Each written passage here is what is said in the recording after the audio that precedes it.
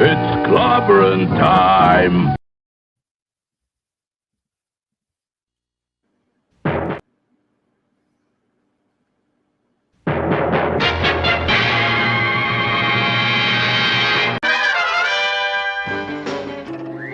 Atomic batteries to power. Turbines to speed. Roger. Ready to move out.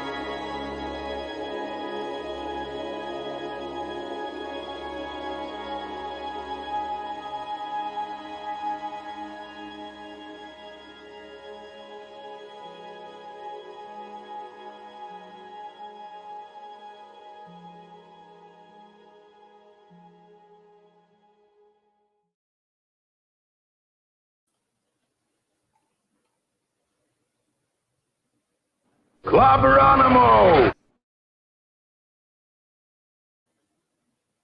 Clobberonimo! Clobberonimo Clubhouse. Say it. You know you want to say it. There we go. We did. There we go. Hello, everybody. Welcome to Clobbering Times. This is you number 505 on YouTube, 1,205 overall, and Clobby's Clubhouse number 65. And all the numbering going on here. Good to see you, my friends, and welcome to another Clubhouse, and to the most fun place on Thursday night. It is. Yeah, good to see you all. Well, let's see here. What's up? We got great friends with us tonight in the chat already. We will hopefully have some more show up. In the meantime, let me introduce to everyone, as if you didn't know her, the greatest first officer in the fleet, the lovely, the beautiful, the talented, the extraordinary Commander R.M. Briggs. Hello there. Welcome. Oh, well, I don't deserve that opening, but coming from you, it Yes, means you the do. world to me. Yes, you do. I love and that's you an order. Yes, you very, do, and that's an very order. much.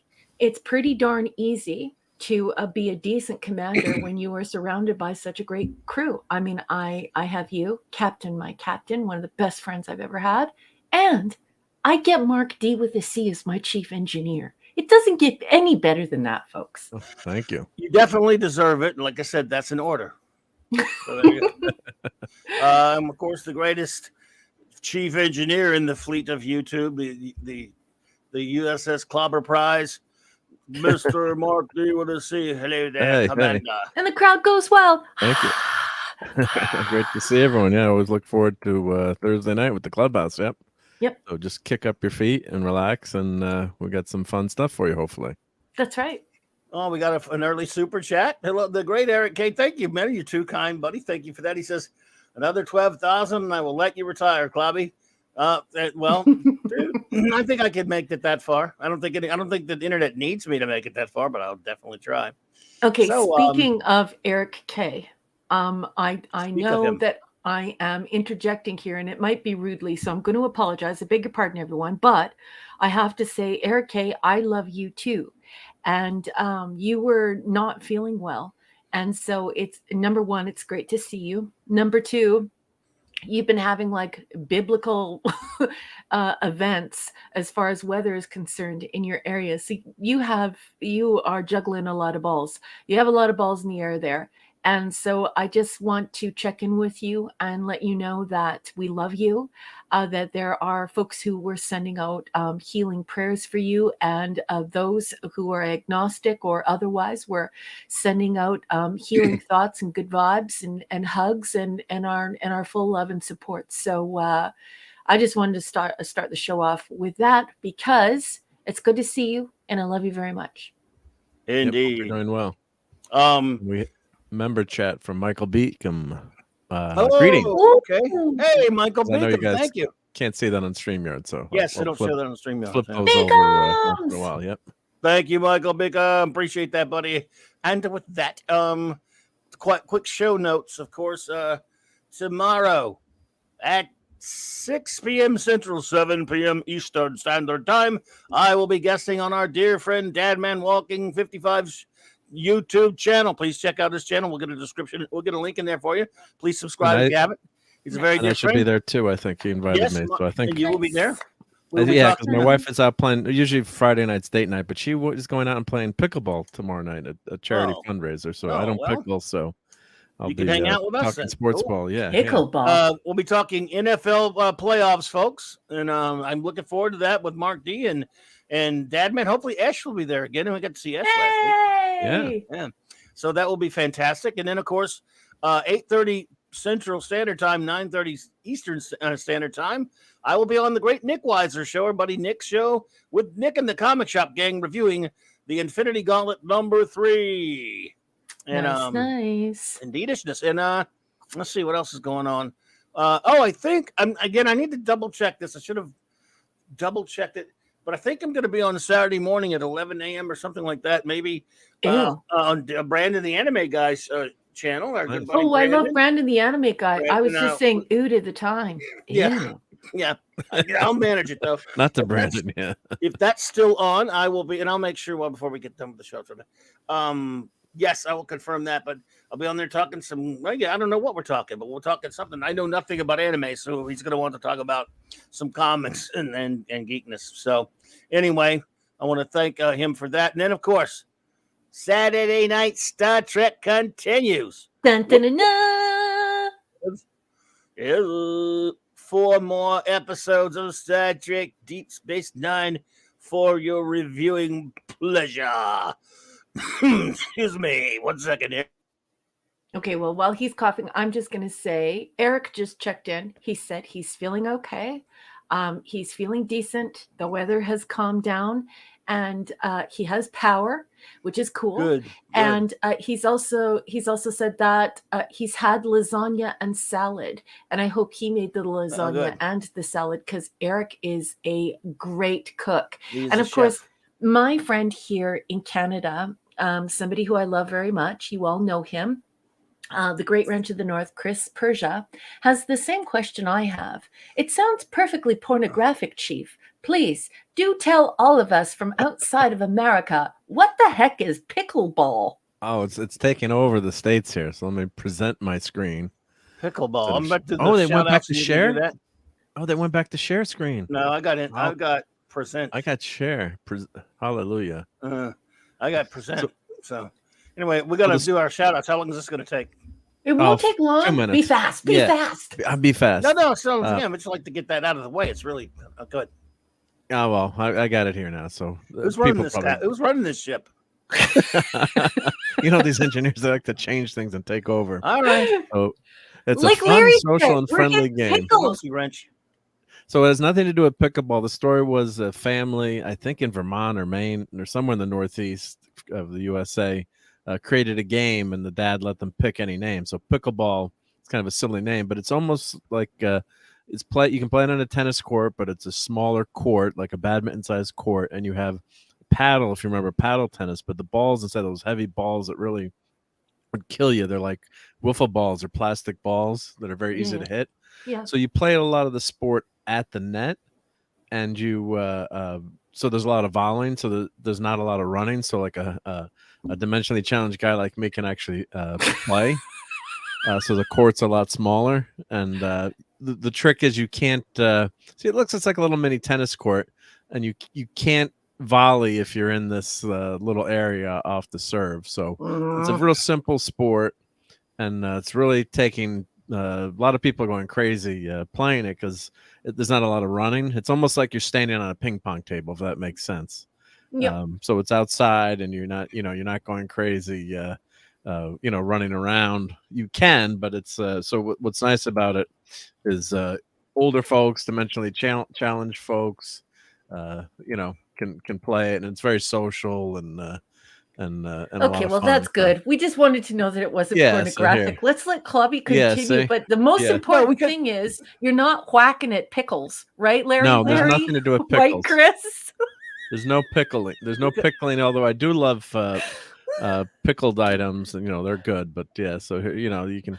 It's like tennis on a court, but with no pickles. Yeah. Wear a steel cup to pickleball, folks. Anyway, let's throw it back to the captain. Captain, sorry, Captain. For derailing you. Sorry for the wanted to know what pickleball we could have spent as much time as we wanted on that. I have nothing going on. I just like to get that out of the way first. It drives me crazy to have my chat all the way backed up. It drives me insane. Sorry about that. Sorry. Clobberonimo! So no, look, that's the good thing about the clubhouse. We have no real schedule, and we can do anything. You can talk about pickleball for an hour, and I'm fine with it. All the pickle jokes are in the chat right now. As long as all the pickle jokes. As long as I get pickles. They're whacking pickles. I want fried pickles, mind you. I don't want pickle balls, but yeah, you don't want pickled balls. Pickled balls wouldn't be good. Stuart Mitchell says it sounds painful, and Brian Hepburn says you have to be fickle with your pickle. Let's move on from this. I'm going to get the introduction here. I'm canceling shout outs for the night, and we'll just go ahead and go. Who's for canceling the shout outs? Who's for canceling? All right, no, you got to do the shout outs. All right. Okay. Okay. The bronze wrencher. I got to be in a certain mood to do shout outs, though. There's not as much fun. But anyway, Eric K. What's up, buddy? I hope you're doing better, man. Seriously, thank you for the super chat. The bronze wrencher, the troublemaker wrencher from the north. Just kidding, Chris Persia. You had to ask the pickles question. I know, Chris. You just asked too many questions. It wasn't just Chris. It was like 5 different people who were like, pickled balls. Pickle. What? Yes, true. It is Mark's fault for bringing up such a ridiculous thing. I'm Mark. It's in my contract. What's your wife doing for Valentine's Day, Mark? Oh, she's playing pickleball. One more, and I can't do it. One more, and it will be impossible to do shout-outs. Sorry. All right. Let's just get this over. Chris, I'm about to say hello, everybody, and we start. No. You're going to make me start coughing again. Well, Vindicator Wrench of the North. D-Bud Martin, Wrench of Iron. Whether they're here or not, they get the shout-out because I can't see who is here. Not everyone, so just I'm taking shots in the dark. Lord Thoth, the god of wrenching. Avon lives, long live the Legion, sure, and shout out to Lady Thoth. Hungry Boy, master of the Clubboni. The wrench without fear, J-Man. What's up, buddy? Please go to his channel. Can't wait to hang out again. Kal-El, the super wrench, and wielder of wrench meal, Matty Steady. And Franklin Outsider. Let's see who else here. Let's see who else up in here. Hang on a second. I gotta run this. No, you gotta say it with the accent. I like it when you say it with the accent. Up in here. Up in here. What's up in here? Up in here. Yeah, I was in a comic shop today and ran into a guy I hadn't seen in 40 years, and he went. At which time he bought comics from me. Weird. It's a weird thing when you bump into somebody you hadn't seen in 40 years. Mm-hmm. Trippy. It is trippy. Trippy's a good word for it. Stuart Mitchell, Alicia, welcome. And Johnny had braces. Right. Dolly definitely had braces. Donnie Pearson, hello there. I'm sorry, I can't do a Power Rangers voice because I don't know what they sound like. It's like a helmet like that. Oh, no. Sorry. That's your helmet voice? That's a pretty darn good helmet voice. I don't know what's going on here. I don't know Mine what's going on here. She's my lemon pie. Lemon pie. Real Wade Nation. I know Mark knows who you are, and you were a friend of Wade's a great Dadman's, right? guy. Yep. Yeah. All right, play Wade. Fortnite, and he's got a great gaming channel. So check that out. Let me see if I can find that to put that in the chat there. Yeah, sir. Mr. Angel, the chef is here. Hey, chef. Oh,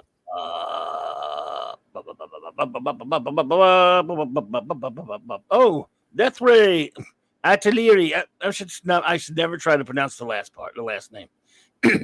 I should never do that, should I? Just say Death Ray, much easier. Death Ray. Say Death. I don't Death think Ray. he or she will mind. Yep. Yeah, I know who Death Ray is. I actually know who Death Ray is, though. Len Barnett. Have we seen? I don't know if we've seen you here before. I think we may have, but Len. Ahoy, Len Barnett. Good to see you. Still chat on me again. All right, there you go. Hey, Janet from another planet. What's up, Janet? Look at that. Interplanet Janet. She's a galaxy girl. Yeah, lovely lady. It's good to see you. Hello. How are We you? guys sweetheart? we like when the ladies stop by. We don't get a lot of ladies visiting around here. We do. Larry. Larry! What is up, Kimasabi? And a thank full you for getting backer Raquel's of my book. new book. He is doing a full backing of my new book. What an incredible person he is. I have other backers too. I'll talk about them later, but holy smokeroonies, Larry, thank you. Oh, I'm sorry, Mark. You know what I forgot? What did you forget? I figured since I was busting your chops and being crappy to you, I should never do that without doing this. Never that way. God damn it, Mark. Jeez. Much better. There we go. I feel better. Oh, I do love it when he plays that when you get out of line. He's like, oh! I still feel bad for Dadman when I play it. I know you don't, but I do. I feel bad for him. Because you're the evil laugh Mark has.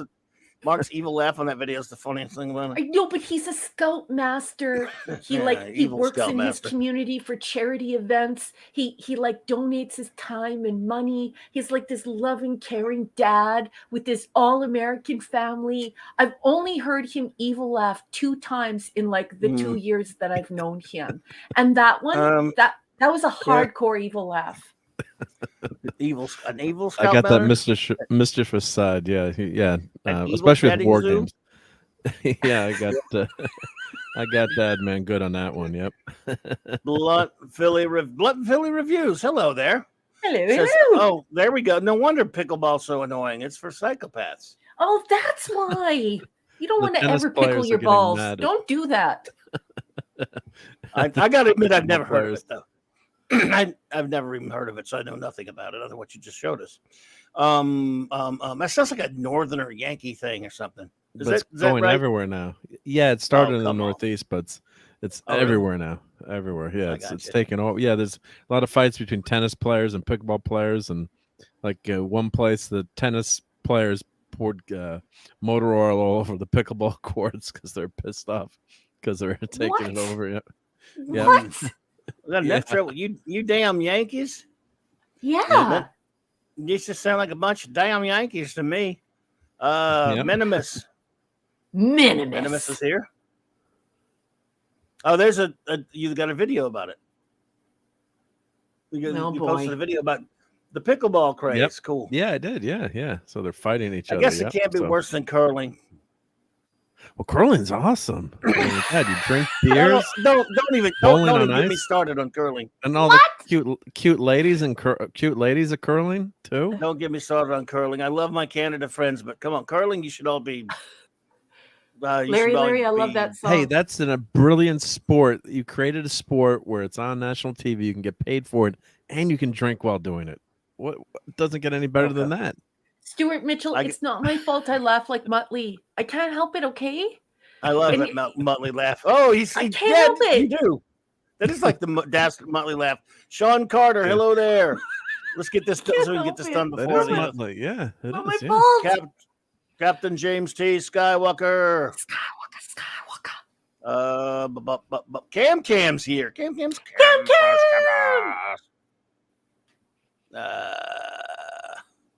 Let's see.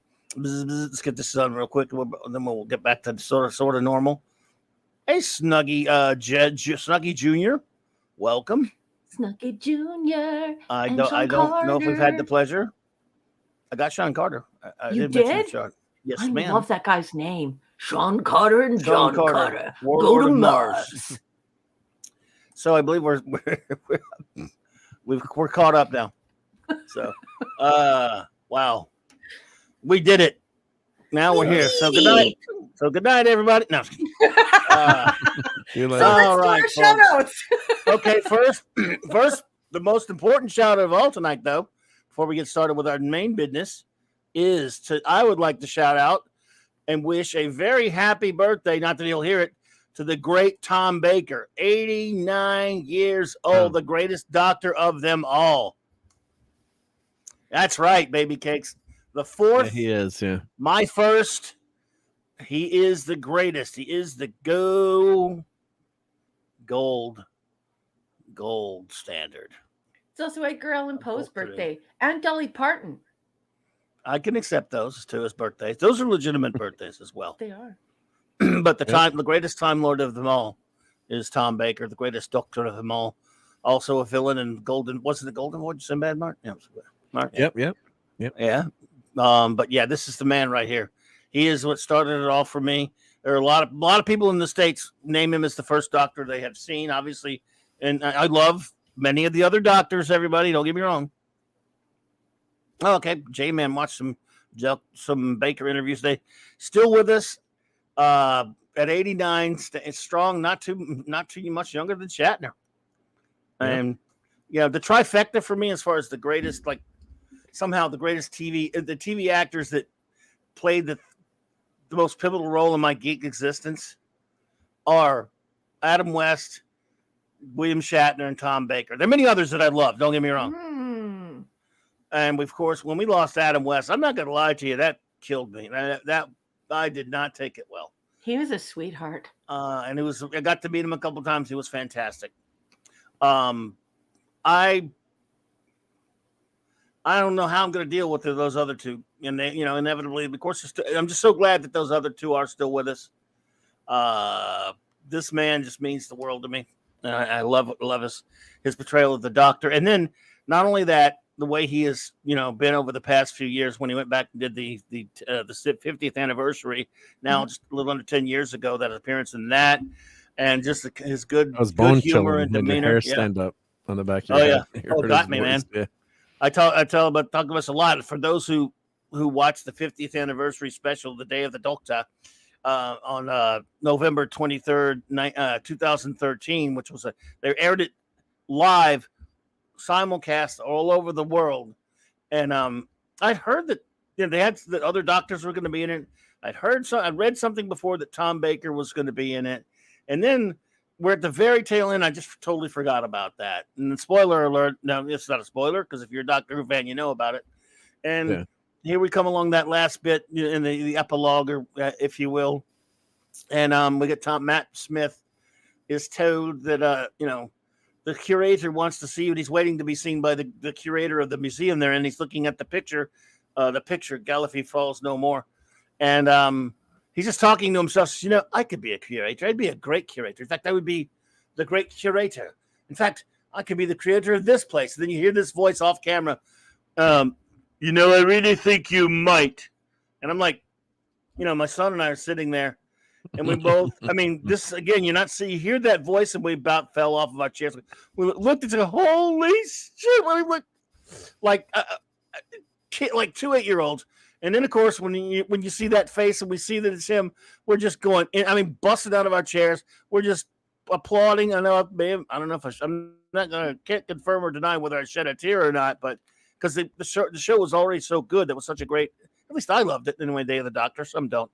To see that scene, oh man, it was just, I don't really know how to equate it. It would be like if Star Trek were still good like 10 years ago and the real Trek, and it was one of the newer iterations of Trek. And then old man James T. Kirk, played by Shatner, comes along and meets, instead of that horrible crap that was done in 2009, in a good Trek meets, they meet like one of the old crews, sort of similar how when we got to see Scotty come back to a Next Generation for one more time or something like that, but even more so. So that's about how close I could get it. But anyway, Tom Baker, the man, the myth, the legend, 89 years old today. Keep on, get 89 more, you Time Lord.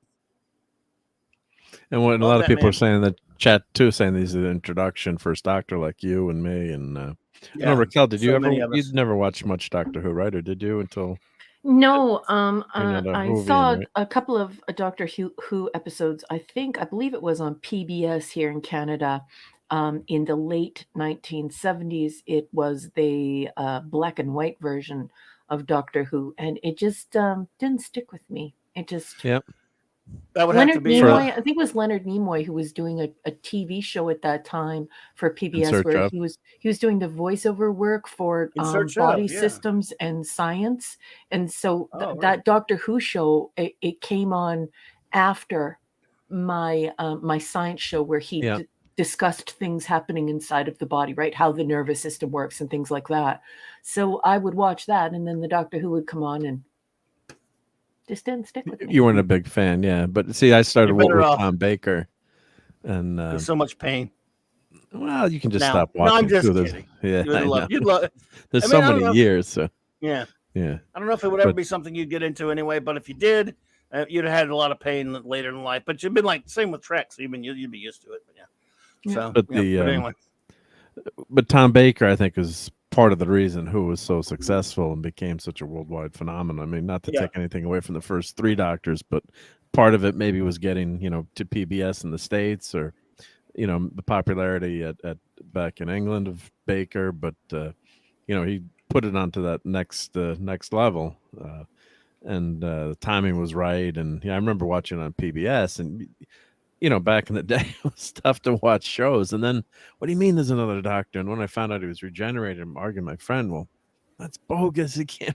I know, because you just had fanzines, or you had, magazines you could read, or maybe you could get some books. But it's not like today where, I sound like, get off my lawn, old fogey. But, it's thankfully it's so much easier to get into these old classic series now. But there's something magical about Tom Baker. And just, even though, the special effects weren't the greatest, but they were fun, practical effects. And some episodes are better than others in terms of the effects, but the stories are always fun, and his acting and his personality, and that scarf that was way too long, and it was just magical. I keep using the word magical, but it was just unreal, incredible casting. The guy was, he was doing acting and working on construction and things like that. When he got that role, and doing normal work, like most actors did back then, and still do. I think some for the BBC, things like that. But Cam, that's pretty cool, dude. You have the says he has the B&M collector set of the curator figure with the time. Oh man, that's fantastic. That's great. God, that is nice. So anyway, what do we? Let's see. Let's do our first. Well, I don't know what other segments we have later, but we have something for you all tonight. It's Raquel's movies. It's Raquel movie night, folks. It is. It is. Oh, Michael's here. Michael, but retro blasting. What's up, buddy? He says there hasn't been a Doctor Who regeneration worse than the 4 regenerations during Death of Superman, and that's saying something. I hated those regenerations. Of course, I hated the Death of Superman. But hey, retro blasting. Good to see you, buddy. Very nice to see you. He has a big Who fan. He has a big Who fan. He's got a great Doctor Who cosplay he did. He's got the great costume really? and everything. Oh God, yeah. The 4th Doctor, the Tom Baker Doctor. Great stuff. And he's got the scarf. He had the scarf made. And nice. Cool stuff. Nice. And the hat and all that stuff. So where are we? Okay, so number one, folks, as you all know, for the past, few months, our wonderful first officer number one has been watching some old science fiction films and reporting upon them, giving us reviews. So I'm going to turn over the con to her and let her tell you what movies she has watched this week for your Well, this reviewing week, pleasure. there were lots of technical difficulties. The internet went down in my neighborhood and went down hard. And just a busy week of doing lots of promo videos. So I only have 2 for you this week, and I had to rush watch them.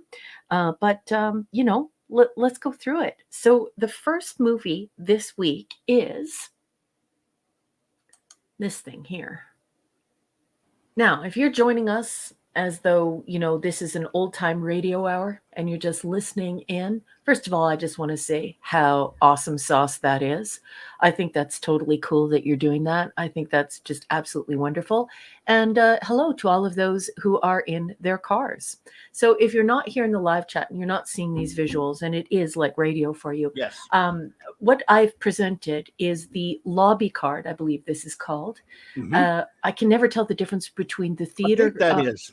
and the lobby card. I wait for Clobby to chime Well, in. the lobby on that. card's I always think it's a horizontal lobby too. card, but I don't know. Yeah. So this Yeah. one is for this island, Earth. 2 mortals trapped in outer space, challenging the unearthly furies of an outlaw planet gone mad. 2.5 years in the making to bring your sights of fantastic amazement never before possible on the motion picture screen in Technicolor. Yes. And it is a beautiful lobby card, very colorful poster. It is a gorgeous woman being protected by a tall, handsome man in a full suit with a gorgeous tie on one side, and this beautiful alien planet, this vision of this alien planet. And then on the other side, we have 2 men in a tube, and we have an alien creature trying to wrestle this beautiful damsel and take her prisoner. So that is the visual that is being presented. Now, Yeah. Brian Hepburn. Hey. Hey, Brian. Hey, Brian. Oh, number 1? Yes, sir. We should get this out of the way because they're not going to stop unless we do. Everyone's going to ask this question and make all the jokes. He says this for R.M. Briggs seeing the MST3K movie they did on this island Earth. No, she's not a fan of that. That was the one that they actually showed their first their one and only theatrical feature that played at theaters in 1996 or 7, whatever it was. And it was this movie. I'm a big fan of that. I love it. So you guys who are wondering or asking, I love the MST3K version of this, but the movie on itself doesn't need that. In fact, it's a classic. It was a class. It wasn't one of their cheap nothing of movies. This was a classic science fiction film. When they did it, because this movie was going to play on big screens. They were told they had to do a film that was, well known. Yeah. So yeah, they had to pick something that was They couldn't do Manos Hands of Fate. But J-Man, you don't like MST3K? You were fired. Oh, I love you, J-Man. He likes Highlander too. Hey, don't make. Come on. Okay, so just kidding, the Renegade Edition. I'm not doing any academic backgrounders on this stuff. I've just been watching it organically. The reason why I'm watching old time science fiction movies is because I'm hanging around with a lot of geeks now. So I'm not really talking books like nerds do. Nerds talk books, geeks talk film and art and stuff like that. So I'm trying to bring myself up to speed as far as all of these beautiful films that these geeks watch. And I mean, let's face it, everything that's on television today sucks. Yep. It's DJ Ronnie G. Trash. DJ Ronnie J. Hey, DJ. All these heathens that don't like MS3TK, we're going to have a word with you. Brian, we're just kidding. So, just kidding. You're allowed to dislike it. And that's what brings us to this segment. So I'm sharing my Nerd Goes Geek encounters with you. And I'm not doing it in an academic way. So I'm going to cold read from Wikipedia and tell you a little bit about this film, and then we'll discuss it, whether or not you guys love it, love to hate it, mock it, whatever you want to do. But like I said, I'm going to read extemporaneously, which means I haven't pre-read this, and it's Wikipedia, so it's not written well. We all know it's not written well. And so let's get to it. This No. Island Earth is a 1955 American science fiction film from Universal International, produced by William Allen, directed by Joseph M. Newman and Jack Arnold, starring Jeff Morrow, Faith Domergue, and Rex Reason. It is based on a 1952 novel of the same name by Raymond F. Jones. Oh my goodness, I need to read this novel now. The film was released in 1955 as a double feature with Abbott and Costello Meet the Mummy. Upon initial release, the film was praised by critics who cited the special effects, well-written script, and the eye-popping Technicolor as being its major assets. In 1996, it was edited down and lampooned in the Mystery Science Theater 3000, the movie, a spin-off of the popular movie riffing television series Mystery Science Theater 3000. Okay, whoever wrote that, I'm sending you shin kicks and maybe one small boot in the ass. Why did you write it like that? Like, oh, anyway, plot. Like, it isn't hard enough to cold read, but, hello. Anyway, Dr. Cal Meacham is flying to his laboratory or laboratory. I know this is an international show. Don't correct me or I'll shin kick you too. Dr. Cal Meacham is flying to his laboratory in a loaned Lockheed T-33 Shooting Star jet. Just before landing, the jet's engines fail, but he is saved from crashing by a mysterious green glow. At the lab is an unusual substitute for the electronic condensers that he has ordered. Instead, he discovers instructions and parts to build a complex device called an interocitor. Yeah. Neither Meacham nor his assistant Joe Wilson have ever heard of such a device, but they immediately begin its construction. When they finish, a mysterious man named Exeter appears on the interocitor's screen and informs Meacham that he has passed a test. His ability to build the interocitor demonstrates that he is gifted enough to be a part of Exeter's special research project. Intrigued, Meacham is picked up at the fog-shrouded airport by an unnamed computer-controlled Douglas DC-3 aircraft with no windows. Landing in a remote area of Georgia, he finds an international group of top atomic scientists already present, including an old flame, Dr. Ruth Adams. Cal is confused by Ruth's failure to recognize him and suspicious of Exeter, his assistant Brock, and other odd-looking men leading the project. Cal and Ruth flee with a third scientist, Steve Carlson, but their car is attacked and Carlson is killed. Carlson is the professor from Gilligan's Island, everyone. Yeah. When they take off in Stinson 108 single-engine aircraft, Cal and Ruth watch as the research facility and all of its inhabitants are incinerated. Their aircraft is then drawn up into a bright green beam into a flying saucer. Exeter explains that he and his men are from the planet Metaluna and are locked in a war with the Zagons. They defend against Zagon attacks with a planetary energy field, but are running out of uranium to keep it operational. They have enlisted humans in an effort to transmute lead into uranium, but time has now run out. Exeter takes both Earthers back to his world, sealing them in conditioned tubes to normalize the pressure differences between the planets. They land safely on Metaluna, but the planet is under bombardment by the Zagons. And that's all I'm going to read as far as this plot goes, as far as the summary of this movie goes. And I'm just going to say right now that I kind of know the nature of this thing called Mystery Science Theater 3000. I think it's mocking, and I think it's sort of like makes it seem as though these movies are cheesy, and it sort of like makes fun of them. It's disappointing that when they lampooned it, that I'm learning here from this Wikipedia article, that it was edited down, because I found this movie to be extraordinary. I think that it is absolutely beautiful. it's no surprise to me now that I find out it comes from a 1952 novel. And for 1955, it's remarkable. And amazement. It says fantastic amazement on the lobby card. I could not agree more. The special effects in this film and the colors in this film and the ideas in this film, like I said previously, there's no way that this could be written by a person who writes scripts. This had to have been a book. I'm not surprised at all because the dialogue is great. All of the ideas are amazing science fiction ideas. And I had a wonderful time with it. I have some other photos from the movie. This is one of the Metalunans. This is the Exeter himself. Exeter, yeah.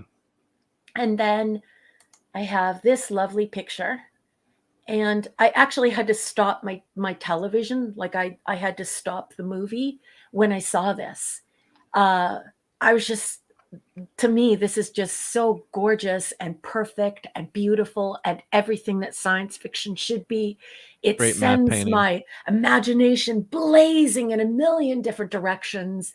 And it's just, yeah, it's beautiful and stimulating and fun and intellectual and just everything science fiction should be. So I really love this one. I'm sorry that it is apparently the abbreviated version of it is a running joke, but I really enjoyed it.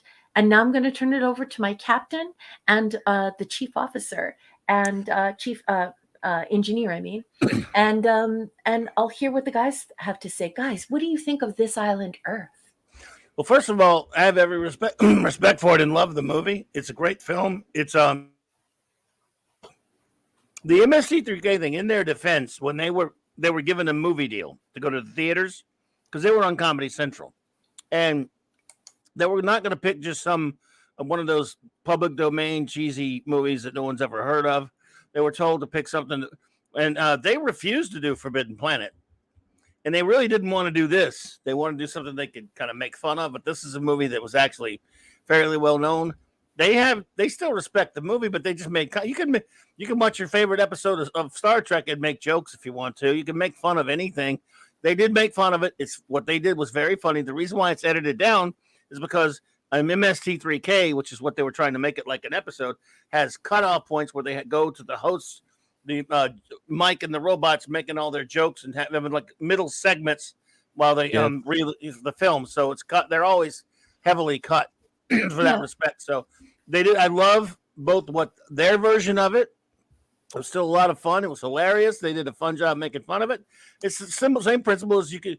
You know, life is serious and tough, but we laugh at life sometimes, and we laugh at ourselves sometimes. Yeah. And they're just, so they had fun with it. I see some of these things, and yes, it does make me think of some of the jokes they made. And I'm sorry, but they were funny. I mean, funny's funny. Nevertheless, they have every respect, and I have every respect for this as an excellent, just one of the top-notch science fiction films of its time. It's a classic, and it's great. It's great.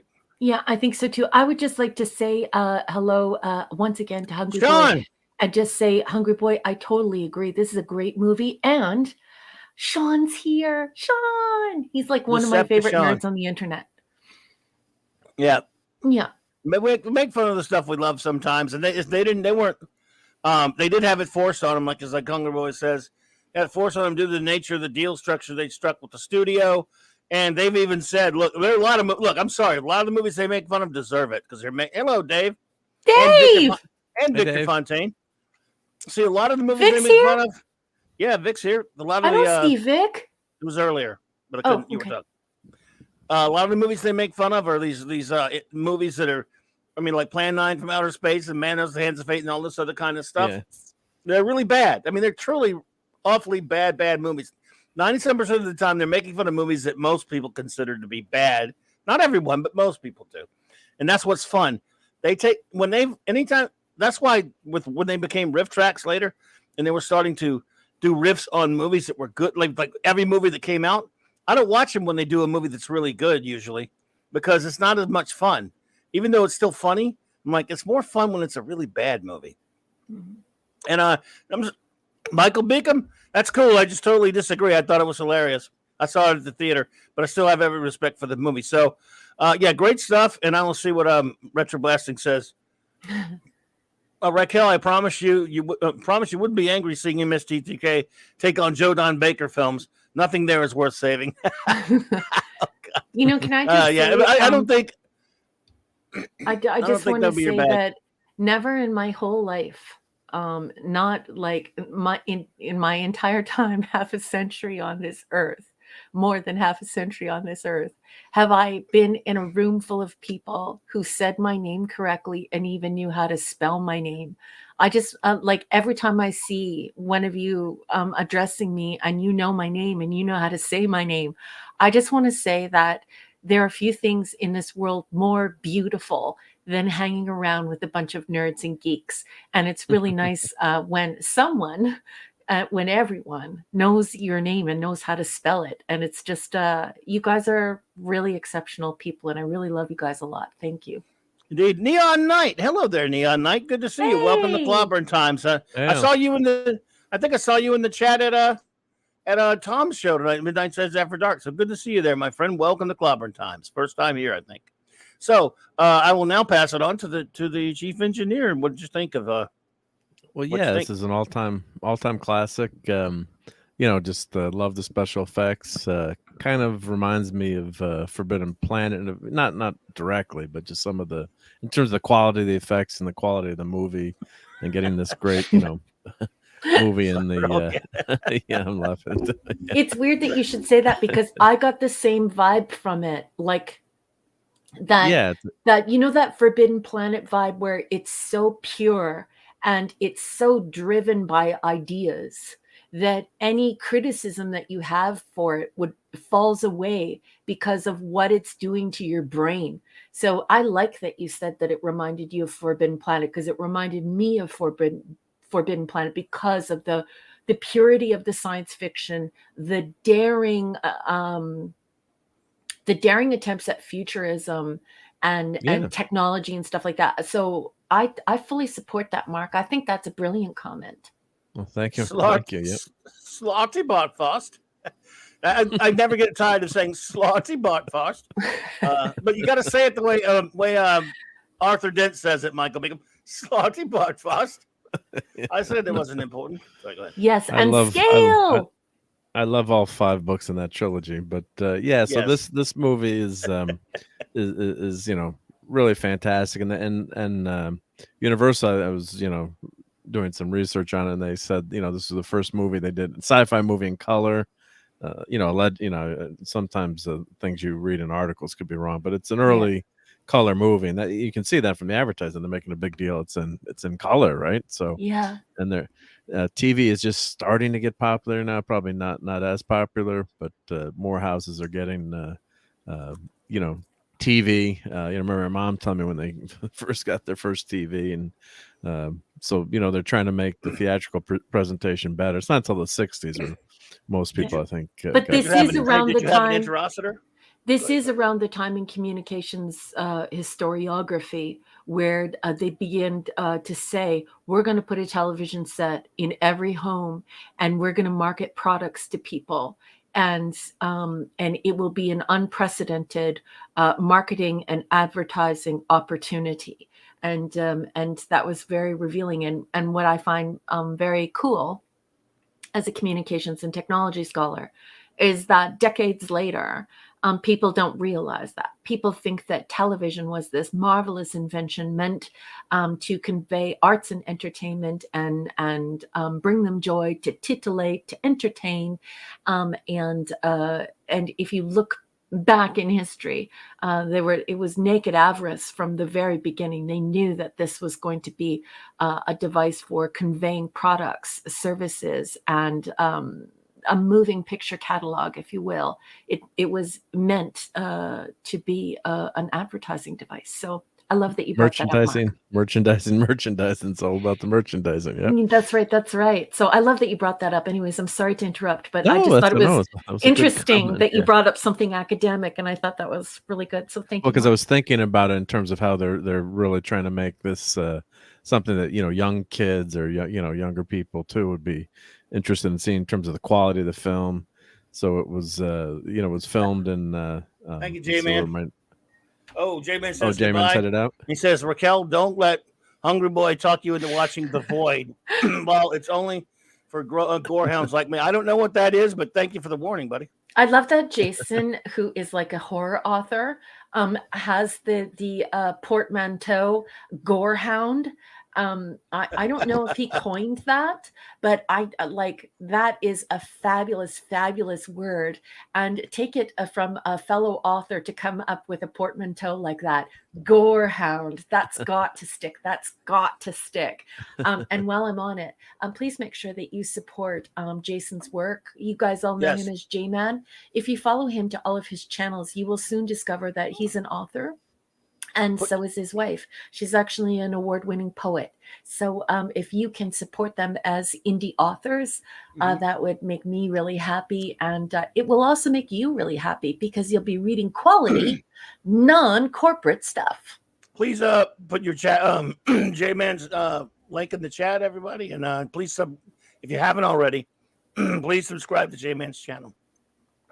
Everyone do that. Yeah, it's a great channel. It's a great hashtag Gorehound. Yeah. So so this movie, good cast, and every time I see the professor too, I always have a soft spot in my heart for him in these movies too, even though he's not a huge one. And it's got a lot of great sci-fi concepts. It almost reminded me, Kree Skrull War. Maybe you've got two alien species fighting, and they obviously amp up all the colors in this too, because they're they want to show off the Technicolor process, and well, also the bombings, right? Yeah, no, everything. So like I think it was done on purpose, because when we're down on the surface like this, we see them transferred as energy up that green tube, and that glowing thing in the sky. It becomes a hole, and they used to live on the surface. So what's really cool is they use all of these techniques with scale and darkness and shadows to accentuate the bombing and make it even more violent. So that what they're doing is they're redirecting comets. What are they called again? Just let me open up my book here and I'll tell you what they're called again. What are they called again? Zagons. The Zagons have the technical ability to like lasso comets like a cowboy would lasso a calf, and then they slingshot them into this planet, and it's how they're doing the warfare. So it's very artistic that the planet has now gone dark. It's lost all of its power, so everything's black on this subterranean civilization, and then as it's inundated by these thrown comets, that they're balls of fire, great balls of fire. It makes it even more, I don't know what word I'm looking for. Dramatic? Catastrophic and dramatic, yeah. Like I knew you were really makes you go. I knew somebody was gonna say Terror of the Zagons. Yeah. It's just awful because you're sitting there in the dark. And you've retreated as much as you possibly can, and your entire world is being lit up by these comets that are being, I don't know how else to say it other than lassoed and then like catapulted or lassoed and slingshot into the surface of your planet. So I love the play of the colors and the shadows and darkness against juxtaposition these alien colors of blue in the penetration of the ionosphere, the green in the transfer of the energy, and the red in the form of we're going to burn this effing planet to the ground. Well, not to the ground, but into a sun, basically. Anyway. Yeah. No, it's great. It's and in Mystery Science Theater's defense too. Like I've watched Star Trek episodes with my friends, and we'll do like the Star Trek drinking game, and Journey to Babel's the worst when it's logic. I'm sick to death of your logic. So you got to do lots of shots there when you say logic. The button on alone. Hello. But yeah, so you've watched stuff that you liked before with your buddies, and you make Yeah. jokes, you cut her up. You make jokes once in a while, or you have fun with it. An episode you've seen a gazillion times, and where you make fun of Doomsday Machine sometimes, or even though you shouldn't, but can't resist. You can make fun of anything. Jesus Christ. Yeah, So as long as I'm not there, because if I'm there, you wouldn't like it. You're going to get shin kicks. Do you know what I mean? But okay, so I got shin pads. But listen, when we meet this summer, when we go down to Clobby's to like meet up and should I bring my shin pads? You're going to have to bring your full goalie attire, and then you could just make fun of any episodes you want, and I'll just like whack like a 70s mom from the front seat at the back of the kids, just whack you. Are you saying we can't make fun of The Way to Eden? Or no, well, I don't know. Yes. Hey, brother. Yeah, so you just did it. Shin kick, shin kick. Okay. But MST, the guys are so great. That original cast is, we're not going to mention. Thank you, Stone. Thank you. Yep. But they do it with, they're great, and it's like you're hanging out with your buddies when you're doing it. You can still enjoy the movie, and maybe they could have done a different movie, but Manos Hands of Fate's probably, we keep mentioning that one. But it wasn't bad to see them do it, I thought, because I still like the movie and still enjoy the movie. But you can make fun, and some of the effects, or the creatures, it's very cool. The creature, the Twilight Zone, Outer Limits type, but it's about as good as pretty good, for practical effects. But today, you can make fun of it, or the motions, or the way it moves, or Exeter. I think he's a cool. The costume design is pretty cool, actually. His makeup and how they, the big heads and the white hair. But yeah, I mean, just it's fun. It's not and like the incubator that they wear. Like, I want one of those incubators. Like, you want to talk about cosplay. This would be like some seriously advanced cosplay. I would just like the incubator for my head, like just the massive forehead and then the incubator around it. It's just hysterical. It's like you have a beaker on your head. Why not, right? Right? Yeah. And Retro Blasting is Michael's talking about our conversation, Mark. And he says, you could put any colors you want in your sci-fi world. Happy little world-ending comments from the joy of painting. So, yeah, I love Michael. Michael makes my heart smile. I want an interocitor. I want an interocitor. Yeah. Especially for social media, because you can kill people with it. Like, you could just turn on the laser if somebody's acting like a moron. Right? I'm kidding. I don't advocate for any type of violence. I'm kidding. Well, here you go, Raquel. If you want to buy a, you got another picture, don't you, for it, or no? Well, here's a. Oh, that's it. Yeah. There's an interocitor. Resin model. Yeah, I would like that. Yeah. One of the funny. See, I can't stop making the MST3K jokes. I got to stop myself if I see something. I'm sorry. I almost did another one. I stopped myself. You can do it. You can do it. Does it see where one of them says, is that Mutant wearing slacks?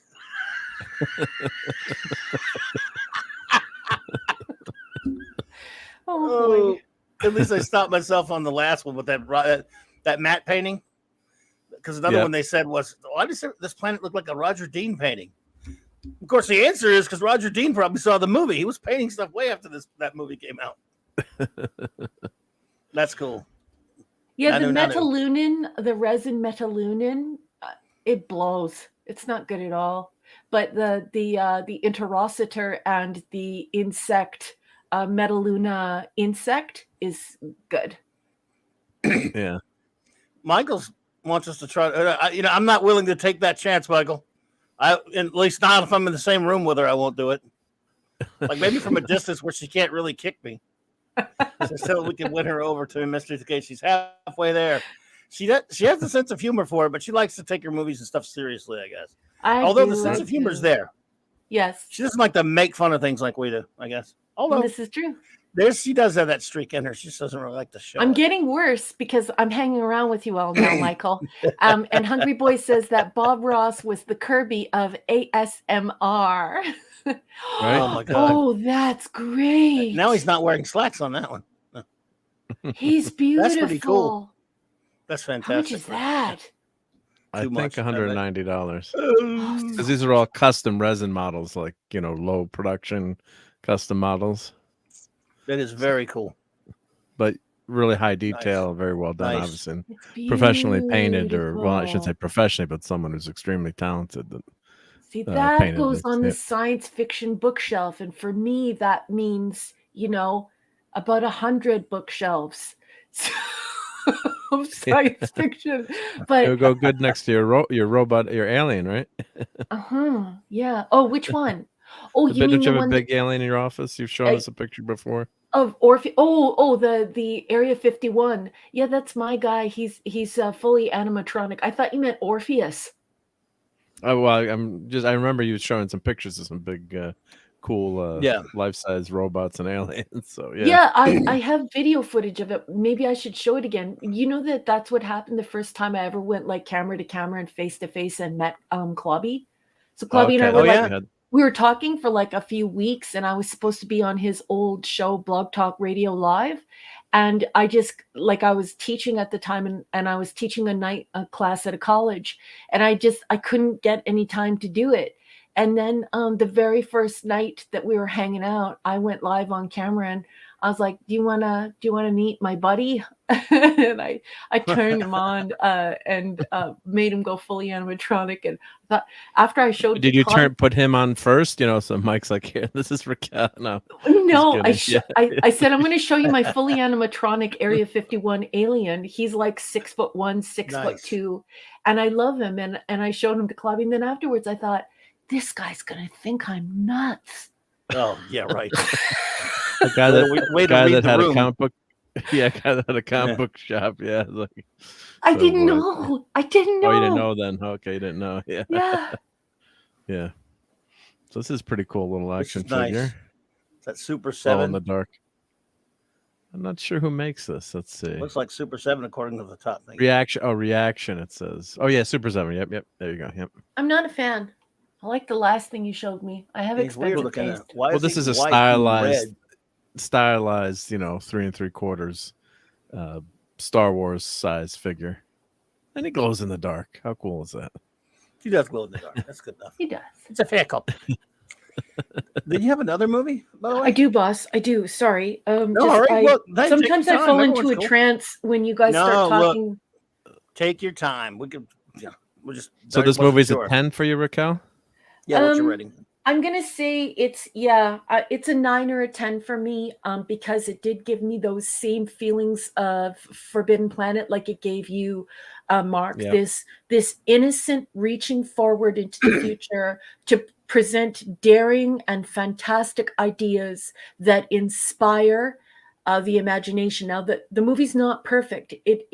It does have some flaws in the story, but now I know why. It's because it was a novel that was turned into an 1.5 hour screenplay. Yeah. And so that, what I really like is even in its shortcomings, what it does is it takes your mind further. Do you know what I mean? Like, what exactly were the Metalunans, how exactly were the Metalunans going to deal with what was happening with these atomic scientists? Were they ever going to approach the government? And then, of course, that question gets answered and stuff, but some of them don't. Some of the questions don't get answered. But yeah, anyways, it's a 9 or a 10 because of exactly your exact same words, Mark. And I didn't even say it out loud, but I felt it at the same time as you felt it when I was watching. It's got that naked innocence and that beautiful and pure and sincere desire for ideas in science fiction. So love, love, love, love, love, love. Neon Knight. Go ahead, Clobby. I was going to say, Neon Knight, if you know who Morgus is, you must be from down my way. Go ahead. Do you think this influenced Roddenberry at all with Star Trek? Or I'm sure Gene saw this, but I think so. Yeah. Oh, Gene Roddenberry definitely saw this movie. Oh, yeah. I mean, definitely did at that point. Everyone did, right? Yeah, and it was that's because see, as you know, again, other than Forbidden Planet, there weren't very many. There was the War of the Worlds and The Day the Earth Stood Still, and there were a few well-respected science fiction films, but not many. And this one numbers amongst them. Yeah, I was joking. Forbidden Planet. the ones that were respected. And there were some good, most of them weren't other good ones. The ones that were considered, top cinema, and not just the some of the, for lack of B movies, for lack of a better term. B movies, yeah. But Mark, you make a good point, because when they finally get to Metaluna and they discover that the Metalunans are not their enemy, and that these Zagons are, and that these Zagons want to wipe them out. So that's one textual layer in the story. But the thing is that it's very daring in Jean's way, because Jean's way is to present complex ideas with nuanced explanations and nuanced feelings. And in that way, it's very cerebral. It's like Stephen Hawking. He's not sure what reaches back. It will necessarily be evil. Will it wipe out all of humanity, or will it be suffering from the same ills or close to the same ills? So when we get to Metaluna, they're not out to harm anyone. They're just out of people, and they need scientists to help them. And I like that they get a mixed reaction. So you've got this guy who wants their memories wiped, and he just doesn't even care. These earthlings, who cares about them? And then there are others who believe that they can truly help. And in that way, I think that that's what aliens would experience if they encountered us. A mixture. We're not a monolith of responses. You're going to get a huge mixed reaction, judging by education, fear level, all those things. So yeah, I definitely, once again, this evening, you've blown me away by making a really, really great talking point. And yeah, I think this is right up Gene Roddenberry's alley because of that, that hopefulness, and saying, don't stop thinking that they're going to come out here and just kill everyone. Well, what if they get here and we go there and we discover that we have more in common with them than we could ever possibly imagine, despite these differences. So another wonderful point made this evening, Mark. Nice. Neon, I was going to say, Neon, I have a lot of friends who grew up around there, and I'm from Red Stick myself, so not far from you. Good. There you go. Did you cover It Came from Outer Space? I'm trying to remember now. Was that one of the movies with Hungry Boy that you watched? I don't know if you did that one or not. Probably. Have you done that one, Raquel? I'm sorry, I had my stupid microphone on mute while I was clicking on something, and then I was like talking to you and answering you, and I was on mute. I have seen that one. Yep. Yeah, that was one of the ones we covered, right? Or you could? It is, sweetheart. Yep. Yeah, I'm trying to remember, because that's kind of similar too, where the the quote unquote creatures are not instantaneous bad guys, although they do some questionable things to fix their ship. That was maybe a month ago. I'm trying to remember now, but so it's similar concept, and one of the better sci-fi movies. Although I think this one, This Island Earth, is better, but more futuristic and more going on. Yep. Indeed. I like them all equally, because I feel like they're building a catalog of scientific optimism and optimism toward futurism. And I think that it can be very difficult to write like that. Because people like a little bit of a scare. People like to have the catharsis that comes along with exploring the more negative consequences, and that alleviates the anxiety. It sort of helps you to sort out what you think about extraterrestrial life and space travel. And I think it takes someone really special to come along and make it as terrifying as possible, but then all of a sudden pull the veil back. And there's nothing to fear at all, except for your own ignorance. And so writing like that, I think, is a very special way of writing. And I appreciate your comments tonight. Just outstanding, Mark. Outstanding. Thank you. Indeed. Sean Carter, thank you so much for the $2 super chat. You are too kind. Appreciate that. He says, Invaders from Mars 1953 was my favorite as a kid. Did you do that one or not? I don't know if you've done that one yet. Thank you, Sean. I don't know if I've done that one yet. There was also a remake in the 80s, I think. Let me write that down, Sean Carter. Hold on. Sean Carter from Mars. Invaders from Mars is a very well-respected film at the time, and it's been forever since I've seen it, but you might like that one. Well, times have been tough for me. I'm not going to lie. I'm trying to write and I'm trying to work, and it's been weird post vid. And I do have folks who are backing my authorship, but times have been tough. And I have to admit that sometimes when I encounter some of these films and I want to watch them, if I can't find them and they cost money, I kind of have to go, oh, okay, well, we'll have to put that on the secondary list. Because, of course, it can add up really quickly, right? When you're watching 3 films for show prep each week, every month, right? So, but I will check and see. Just let me write it down here, Sean. Invaders. Oh, yeah. Brian Hepburn, that's a good one, too. Robinson Crusoe on Mars, that's a good one. I love that one. Oh, okay, hold on. We're not going anywhere. We'll stay here. Don't go anywhere, please. Yep, thanks. So we're just putting out some recommendations. There's that one. There's one more I have. Did you ever see the Voyage to the Bottom of the Sea movie? Not the TV show, but it was based on a movie. Oh, I think I might have, or did I read that book? That's a book, isn't it? I don't know, but the TV show Voyage to the Bottom of the Sea by Irwin based Allen, on the right? movie. On Mars. No, I don't. Captain Nemo-esque. Yes, the Captain Nemo stuff. I'm like heavily into that. I love Captain Nemo. 19. And of course, goes without saying, you've seen Forbidden Planet. That's the greatest ever. So. Oh yes, Forbidden Planet is glorious. It's an experience. I wouldn't consider Forbidden Planet a film. I think it's actually a place you take your soul, and you sort of feel weird coming back. It's a place you want to go, and it's a place you want to stay. Forbidden Planet is very special. Christopher Dominguez. Hello, Christopher Dominguez. Good to see you. Christopher Dominguez, how are you? In Neon Night, yes, we shall. You never know. We might know each other. It's possible. Anyway, go ahead. Yeah. Well, I was going to say, Forbidden Planet, I always joke, but it's somewhat true. It's the first Star Trek movie. Yeah. In some ways, Yeah. So that's a fair comment. I think Gene Roddenberry has mentioned it before in interviews. I know I could have swore I heard him talk about it before. I don't know, maybe not.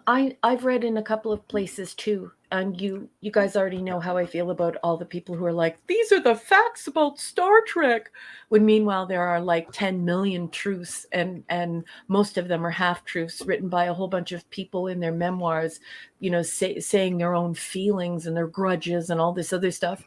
And so I tend to just trust Nichelle Nichols and Gene Roddenberry, and I do believe that I have read in a couple of places from Gene's own mouth that Forbidden Planet was inspirational to him. Michael Beacom, thank you so much for the $10 super chat. You're too kind. This is for you, RM, for the RM Briggs Film Fund. Yeah, well, thank you, Michael. Hey, the Common Nerd has just joined. Hello. I don't know I can't tell the level because it doesn't Clobber level. Clobber. Common Nerd, it is good to see you. And of course, I think you have a pretty cool channel of your own, if I'm not mistaken. And it's good to me. It's good to have you here. I'm honored to see you. Thank you. Thank you so much. It's an honor to have you here as a member. And I got to do a shout out to all of the guys over at Manorama. Christopher Dominguez said that this is a party being crashed by Manorama. So I just want to send my love and support to all the guys over at Manorama. I hope you guys had a great night tonight, and I wish you the greatest success. Hail Manorama. Hail indeed, sir. Yeah. Well, excellent. So, and did I say this? I beg your pardon. I'm sorry to interrupt you, boss. No, Cassandra and Michael Beacom, thank you for supporting this channel, for supporting this show, for supporting all of our shows, and just being great friends to us. You are really wonderful people. We adore you. Absolutely. Okay, we really do. Next movie. Okay, boss. Let me just draw up the next Wikipedia page. Sorry for my tardiness here. I'm just you're not tardy at all. We got plenty of time. It's the Clubhouse. The Clubhouse is for hanging out, chilling out, as kids say. There's no hurrying at the Clubhouse. Oh my goodness. Retro Nerd Girl's here. Nerd Girl. Hey, how are you? Everyone, Metro Nerd Girl has an extraordinarily great channel as well. If we can get us, in my link in my description below, I have a link in there now to her great channel. If you go check that out and subscribe, please. Good to see you, my dear. Always great to see you. Great to see you. And thank you. The great Mark D with the C's put a link to the Common Nerds channel. Please, any one of my friends, any of you here who have not subscribed to him, please do. And a big shout out to anyone who is lurking out there or watching on the rewatch. I always appreciate you, and we never say it enough. It's true. It's true. So, what you got now? Nerd Girls channel in here. Okay. Thank you so much. Okay, boss, I'm going to put up this, and I believe this is a movie poster. Is this a movie poster, or is this a Yeah, it looks like a one lobby sheet. card? It looks like a one sheet, but you never know. It might be a lobby card. It's weird. Okay. Back then, they were different. This is a very daring image that I find shocking. Yeah. Because Wowzers. That is shocking. the movie is from 1960. Couldn't show that at Catholic school. No, and I would just like to say right now that I approach all of these examinations completely organically. I've not seen this poster. I avoid it. I just go and I grab it. I try not to examine it. I convert it into a PDF and I bring it here, and I don't pre-read anything. So I will say this.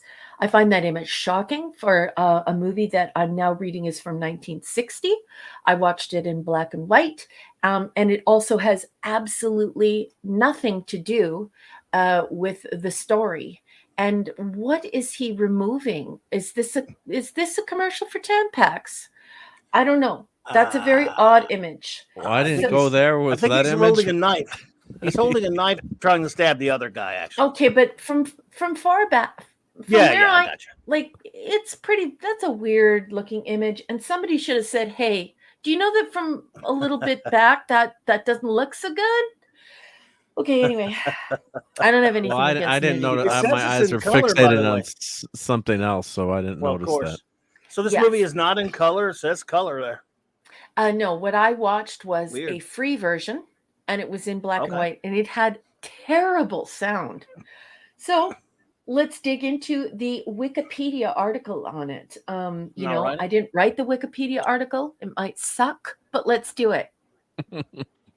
Last Woman on Earth. It's a Roger Corman movie. Go ahead, sorry. Yes. Last Woman on Earth, referred to as the last woman on Earth. Who writes this crap? But it appeared without the word "the" in the film's title card. It's a 1960 American science fiction film. Nope, this is not. This was given to me by the algorithm as science fiction. This is not a science fiction film. And whomever says that is a nincompoop. There's nothing science fiction about this whatsoever. That was produced and directed by Roger Corman. It tells the story of 3 survivors of a mysterious apocalypse which appears to have wiped out all of human life on Earth. The screenplay is by Robert Towne, who also acted in the film under the pseudonym Edward Wayne. The music was composed and conducted by Ronald Stein. The film was originally released as a double feature with, I love the Little Shop of Horrors. Why did they put this awful thing next to the Little Shop of Horrors? Anyway, Harold Gurn, a successful businessman from New York who is constantly in legal trouble, is spending a holiday in Puerto Rico with his attractive wife, Evelyn, whom he married between trials. They are joined by Martin Joyce, Harold's lawyer, who has come to discuss his latest indictment. Harold invites him along on a boat trip, during which all 3 try out some newly bought scuba diving equipment. Who writes this? You need a smack. Like, I don't advocate violence, but come on. When they resurface, they're unable to breathe without using their scuba tanks. They climb back onto the boat and find Manuel, the crewman, dead, apparently of asphyxiation. Upon rowing ashore, they enter the jungle, where with their air running out, they discover that the foliage gives off oxygen. Gee, you think? It's called photosynthesis. That's certainly not the science here. They can breathe. When they go into town, they find nobody left alive and cannot contact anyone by radio. It dawns upon the 3 that they might be the only survivors in the area, maybe in the world. The domineering Harold takes charge. They concentrate on becoming self-sufficient, and the 2 men fish, as marine creatures have survived. Later, they also find living insects and baby chicks, presumably new hatched. Harold feels that in the long run, they will have to move north to a colder climate to avoid problems with insects and food preservation and to increase their chances of meeting other survivors. Why? Harold asserts ownership of Eve as the husband. Well, they were married. Martin reminds him the rules have changed. Eve has never felt love from Harold and was only a possession. She finds freedom. Harold and Martin have a physical fight after Martin has slept with Eve. Martin doesn't sleep with Eve. Martin bumps uglies with Eve. And I think it's ridiculous that her name is Eve. Why didn't they just name Martin Adam? Anyway, she tells her husband that she was not RAPED'd. And yeah, I know I'm an academic and that seems very childish. And I thought that, I was this highfalutin academic, 2 or 3 years ago when I first started on YouTube. And I thought, oh, no, we have freedom of speech. Yeah, no, we don't. If you say any weird words, they block your channel. So we're not going to do that. Anyway, I've learned a lot in 3 years. Harold gives Martin 2 hours to leave. Eve wants Martin to ask her to come with him, and he does. The two leave together, and Harold follows in a chase to the boat. Harold beats up and kills Martin. He holds out his hand to Eve, and the two go away together. And that is all the collective internet has to say in their collective wisdom about the last woman on Earth. So this is the biggest load of poop. First of all, it needs the clawbony. Then and the Oscar goes to. Sorry. Yes. So first we're going to run the clawbony over it. Then after we're done running the clawbony over it, I would like to disinfect the clawbony and then run it over again. Yeah. You're just mad because it lost Best Picture. It is absolute crap. First of all, that front image does not represent the movie and the images or the imagery in the movie whatsoever. She's not in it. I'm not watching it now. She's in it, but she doesn't look like that. Oh, and that's not really what happens. And there's no skin in this. No skin in the game. I'm shocked, Roger Corman. Thank you, Neon Knight, for joining at the. I can't see the level, but for becoming a member. I really appreciate that so much, and it's great to meet you and great to have you here. I'm honored to have you, sir. Clobberer level. Thank you. Thank you, sir. Thank you so much. Or thank you, Neon. So I love that Sean Carter, who is quickly becoming very familiar to me in our geek and nerd community. I really like Sean Carter. Sean, I had the exact same feeling, and Sean says I just looked up the lead actress, and she looks like Kate Mulgrew. She does. Huh. Okay. Yeah, I thought you looked like Kate Mulgrew too, or maybe she's a relative or something. Toddler, so, yeah. Yep. She would have been quite young. Yeah.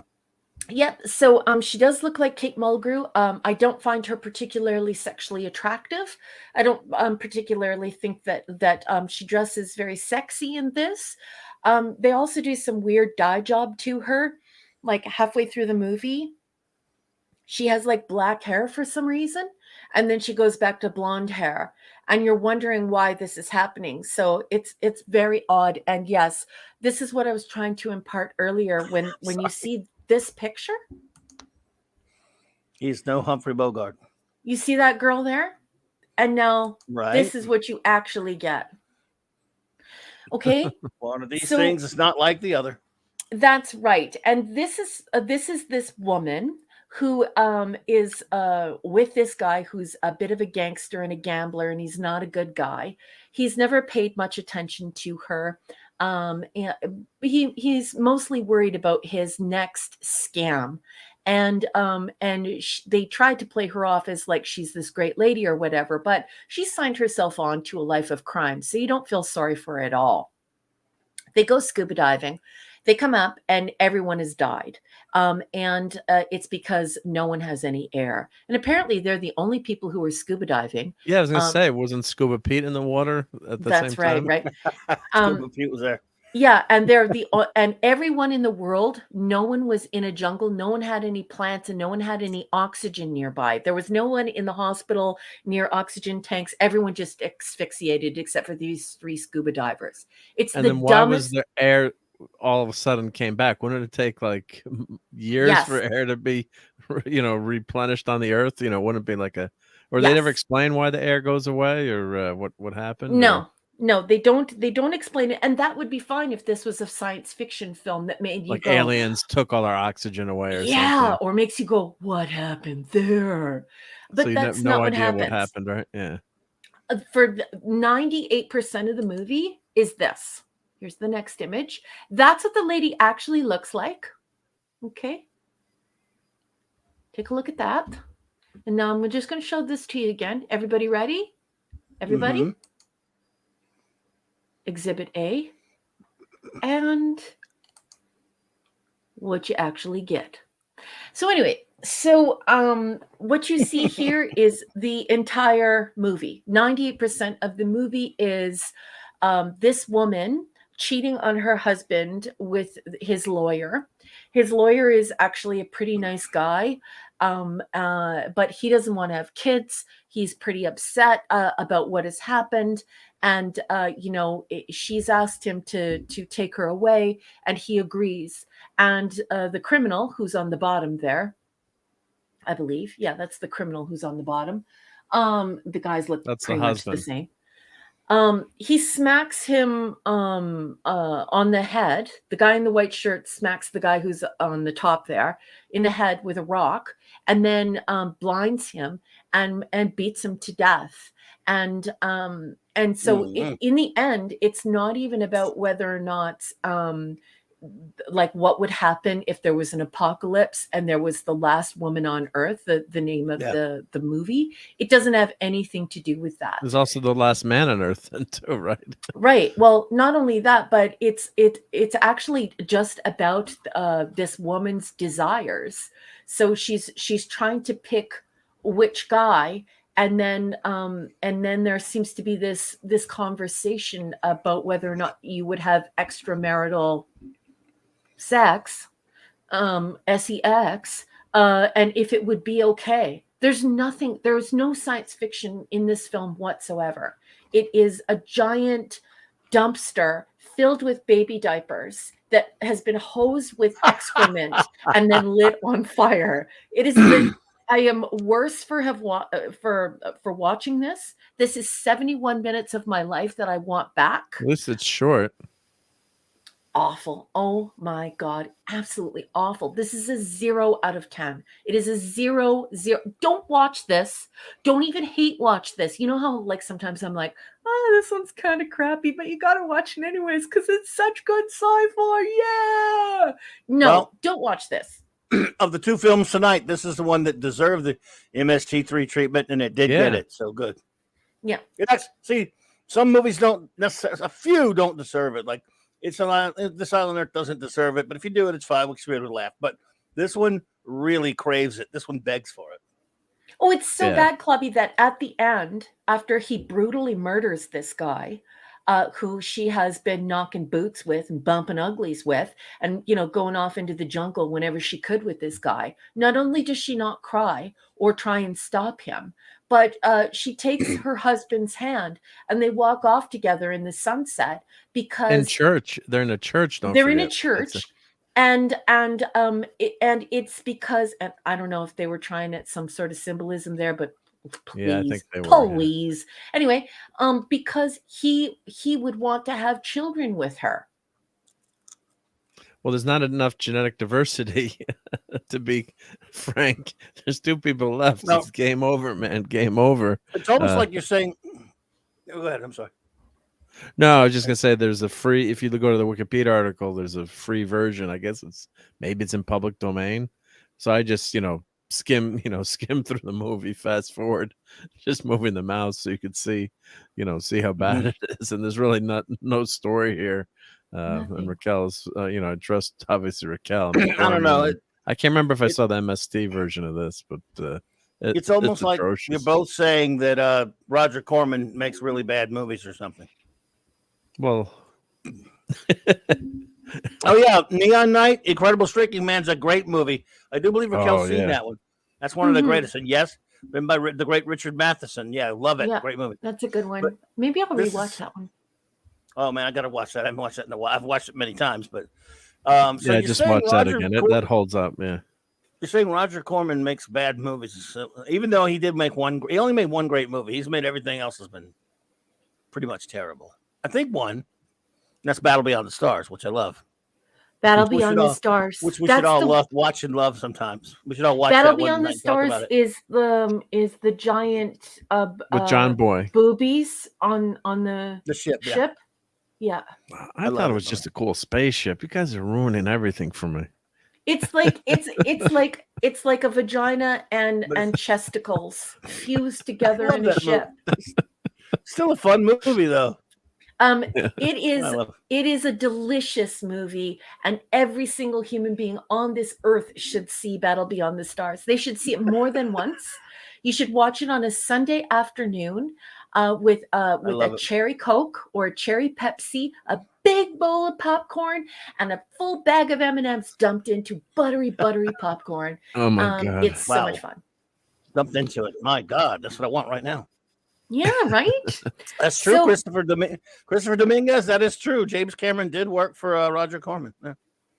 So, yeah, this is not science fiction. If you consider science fiction going scuba diving, coming up from air, coming up to the surface, and, basically assuming that the entire island or country of Puerto Rico has been gassed by some foreign agency or some foreign land, and that the last three people, have sexual intercourse, and when they're done bumping uglies, one guy kills the other guy. If you consider that science fiction, I can't help you. I can't help you. Take your shadow and be goneth. Or like science friction. Yes, it's a lot of science friction.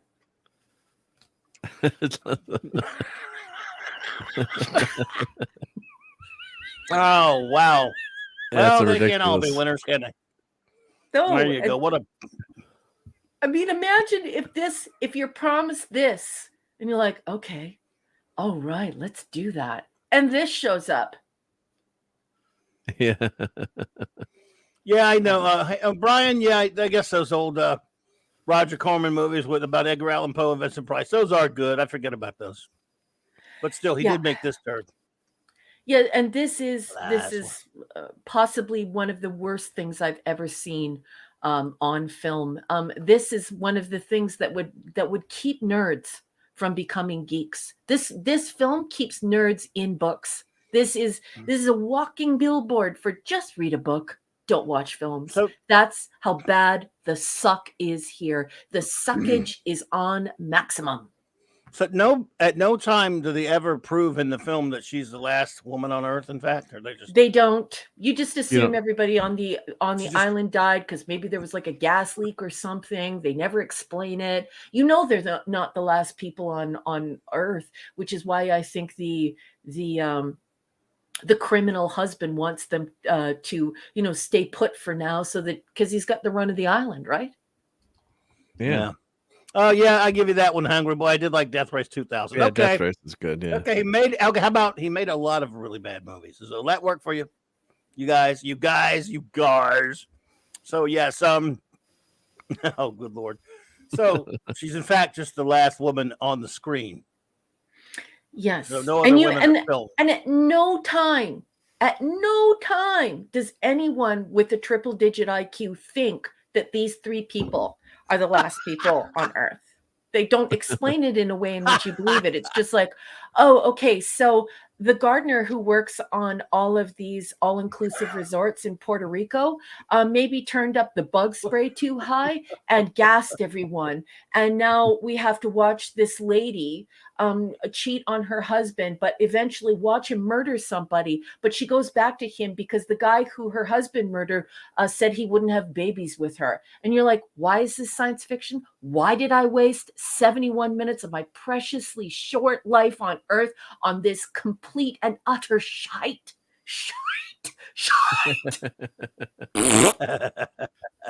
And one of the one of the guys in the movie, Robert Town, I was just checking his bio. He wrote the I know that name. screenplay for Chinatown, Chinatown. which is one of the all-time great movies. The wow. Two Jakes, Well, you know, look, Shampoo, The Firm. Yep. yeah, he did go on. That was his start. Yeah. Ron Howard got his start with Roger Corman. James Cameron got his start with Roger Corman. You know, well, Ron Howard got his directing start. He didn't get his acting start, but you know what I mean. Sunday, Monday, happy days. Boom. Tuesday, Wednesday, happy days. I think he's more like. Yeah, there's that one too. When I think Did of Ron Corman Howard, do Happy Days or Andy Griffith? Oh. No, Ron Howard directed a movie called Grand Theft Auto for him. Oh, that's and then the relationship. some other silly car chase movie in the 70s. That's how Ron Howard got started as a director, directing for. I guess he said, "I'll let Opie Cunningham, little Opie Cunningham direct for me." So he directed a couple of movies for Roger Corman. Nice, But nice. I still love Battle Beyond the Stars. Snail Messiah, what is up, buddy? Nice Hey, Snail. Yeah, so can we get a crap over this dumpster I think fire? it is. I do believe it is Claboni time. Thank you, sir. The triple play one. Is that what you want? Oh well. Yeah, it's got to be here the you go, triple then. play one. Crap.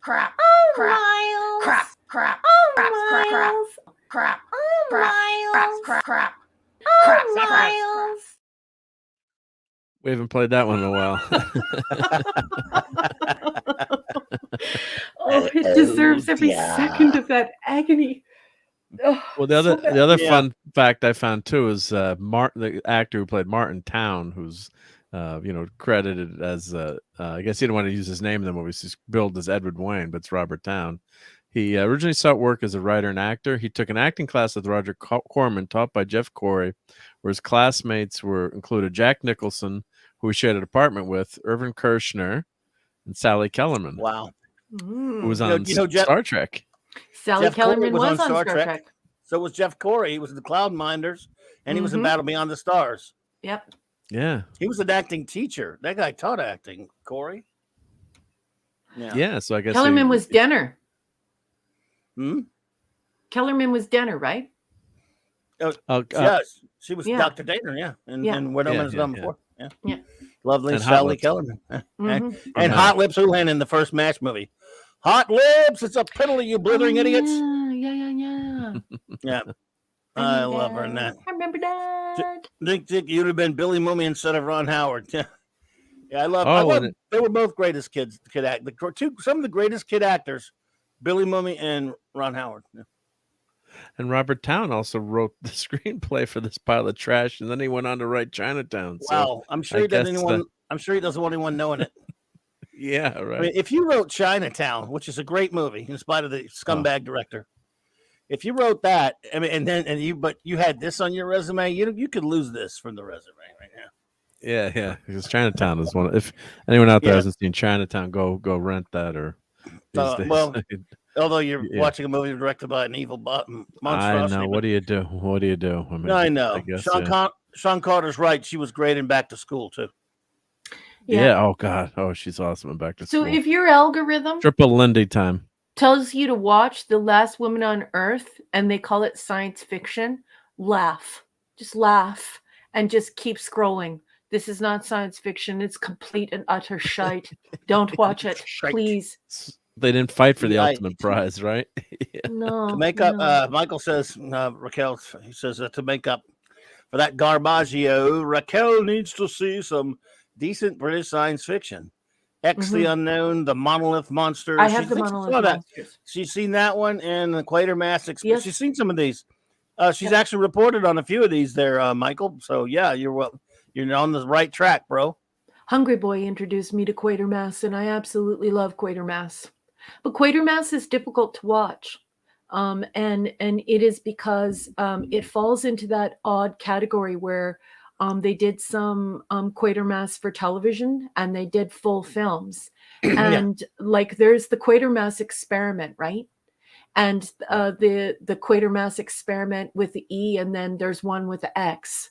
And so if you do watch any type of Quatermass, make sure that you look it up on IMDb, you make a little list for yourself, and then you cross off which ones you watch and in which order, because you can get really confused and you could think that you've watched all the Quatermass when you actually haven't, just due to like the odd way that they're named and the overlap between the I think it's like a 6-part thing for TV and then like 3 films. I think it's 9 total. I don't know. I need to ask Michael Beekamar or Hungry Boy that. But yeah, I highly recommend Quatermass. And The Monolith Monsters is an awesome, awesome movie. Yeah, you did that. You reviewed that one on the Clubhouse. Yeah, not too long ago. Yeah, not too long ago, right? Yeah, Right. Yeah. Well, there you go. Well done. Another wonderful segment. So I'll go through this one more time. For a dump out boss, we have This Island Earth. If you want to watch a film that Gene Roddenberry would have watched, and you could have shared a big bucket of popcorn with Gene Roddenberry, and you both would have walked out and gone for a coffee and a piece of cheesecake and sat there and talked about the lights and the lack of lights and the way that lights were a character unto themselves, and the scale and the wonderful ideas and the philosophy and the strong characters and the beautiful dialogue that's well written and the awesome cool creatures, then you got to watch This Island Earth. This is it's such a good movie that even as an academic of modest means, I would buy this on DVD. I think this movie is absolutely beautiful, and it's pretty much as close to perfection as you can get for a science fiction film. And the fact that it comes from a 1952 novel and that this was all done in 1955 is mind-blowing. This will make you feel so good. This is a wonderful place to go for an hour and a half. You won't even want to come out on the other side. You'll be like, hey, I want to stay there. And then you have this abomination, this shite, this steaming pile of baby diapers, fetid crap that is not science fiction. It's like Golding. It's like Lord of the Flies almost. It's like if somebody smacked their head on concrete and did some significant damage and then thought they were going to make Lord of the Flies. That's what this is, and it's not science fiction. Please don't waste your time. We don't even have very long lives here. Human beings our lives are so short. You deserve better than this. And that's all I have to say. That's the end of the segment. There you go. Now I want cheesecake. Right? Neon Knight does not want cheesecake because Neon Knight says don't start with the cheesecake, but I do want too heavy. I mean, look, I'd settle for some M&Ms. I don't have anything right now, but I could settle for some M&Ms as well. Yes, I'd settle me for some M's and M's and M's and M's and M's. But since we don't have any, we'll have to have cheesecake. Mm-hmm. Well, Mark, what's going on with you tonight? Oh, I got a few things to show. So, of course, let me switch my mic here so I can do my portable mic. Hopefully this... Oh, he does want cheesecake. Oh, good. Because I'd have to worry about you if you didn't want any cheesecake. Yeah. I mean, what's wrong with somebody don't want no cheesecake? Yeah. I mean, everybody wants cheesecake. It's very fattening, but yeah. Who cares about that, right? That's why we love it. So let me switch to my portable mic here, and hopefully this will work. So hopefully you guys can still hear me. Oh wow! Yeah, it's a little bit different. You sound like you went to Venus. Are you reporting from Venus? Yeah, you're on remote. Yeah. He went to Metaluna. I went to a Bluetooth mic. On Metaluna? Yes, he's a roving reporter right now on location. Ladies and gentlemen, we switched now from the studio to our roving reporter out in the field, Chief Engineer Mark D with a C. Mark, can you hear us out there tonight? I can hear you way out here. I can hear you way out here. It does sound like he's on that interocitor. Yeah. Mark's interocitor is malfunctioning, folks, so he sounds like he's... But we're here. This is Dr. Concrete at your desk. I hope it's not that bad, but I tried to, it's a headset. It's good enough, hopefully. But it's a headset mic, so it's, Bluetooth, so but not obviously not as good, I guess, as my regular mic. But this way I can have hands free and go over to my other desk to show off toys. So this was 3D printed. I printed this the other day. We were doing Judge Dredd on Toxic Tuesday, so why not print some Dredd stuff, right? So this took about. There we go. There you go. Yep. So thank you. So this solo. took, and I'm away from the chat, guys, so I can't see the chat. If any questions, you could read them. But we got yeah, your so sticks, honey. Don't worry about it. you. You just do your presentation, and we'll give you the questions. Thank you. So this took about, I guess, 15 hours to print. So Nice. I was impressed with the detail on the printer. It came out pretty good. So I have a it's not a resin printer. It's a the printer that injects the melts the plastic and injects it. So yeah, it came out pretty good. So I can, once I use my spinner that I've got, right? So yeah, so if you go to Thingiverse, you can find this model. And anyone that wants to get into 3D printing, it's not that expensive these days. Oh, I don't know what I did. Here, I'll click on it. There we go. Oh, something changed. There we go. No, I'm having some trouble with my StreamYards. Hang on a second. I'll get it back. Just keep going. I got it. Yep, I got it. Yep. Oh, I love that you have a Horta there. The Horta. Yeah, I was thinking of that with the aliens in the movie. I'd show that again tonight. But so yeah, so beautiful, so beautiful. Look at it. Yeah, that's one of my favorite figures. So let me put this model into the chat from Thingiverse if anyone does do 3D printing. Devil in the Dark is beautiful. You know how inspired and gorgeous and glorious Devil in the Dark is? Oh, just great. The greatest. Yeah, and the other night when you say the ABC robot, and you're not referring to those 2080 ABC Warriors, are you? Anyway, good. He might be talking about something else. Go ahead, sorry. Well, yeah, he'll let us know, I'm sure. But yes, I'm putting in the link to this model. So it was done by Eastman 3D, is the artist's name. So I want to give him credit because he did this great 3D modeling. And yeah, you could paint it, but I printed this on. It's kind of like a resin that kind of looks like it's supposed to be like a marble. So it's kind of tough to pick up. You're not seeing it in person, but there's specks of black, so it's supposed to look like marble. Maybe I'll paint the base and just leave it, like as a, like a Roman statue, right? With Judge Dredd. So that's what's fun about, when you 3D print stuff like this. It's you start with nothing, and then you've got a few moments, not a few moments, but later then you've got got something out of nothing, which is cool. What'd you do to your hand? Actually, a Neon Knight, that is the one from Stallone Dread. They put it in Stallone Dread, but it's originally from a strip from 2080 called ABC Warriors. But okay, cool. But so we're basically on the same page, but I do remember. That was cool. But go ahead. What did you do to your hand, Mark? What I did to my hand? Something? Where? It looked like you cut your finger. I was going to say, what happened? I'll probably just dinged it at work or something on the machine shop, or you get working with metal. I know. You get cuts. You don't even know. You don't even notice it sometimes. I know. But you should always wear gloves. Well, nothing serious. So it's nothing serious. Good. I hope not. Yeah, no. It's all good. Yep. So I'm gonna pull over the how I printed this. Let me see if I can get that over here. You should watch the nope, let's see here. Why is my computer? Oh, my computer at work is so slow. Well, let me show the next thing. Hello, computer. Maybe hello, computer. Mark, this is Walter Concrete on the desk. Could you tell us what that weird-looking guy is touching there with his? About trying to touch. And what is that strange turtle he's up to? The turtle there with no head. Is that Gamera?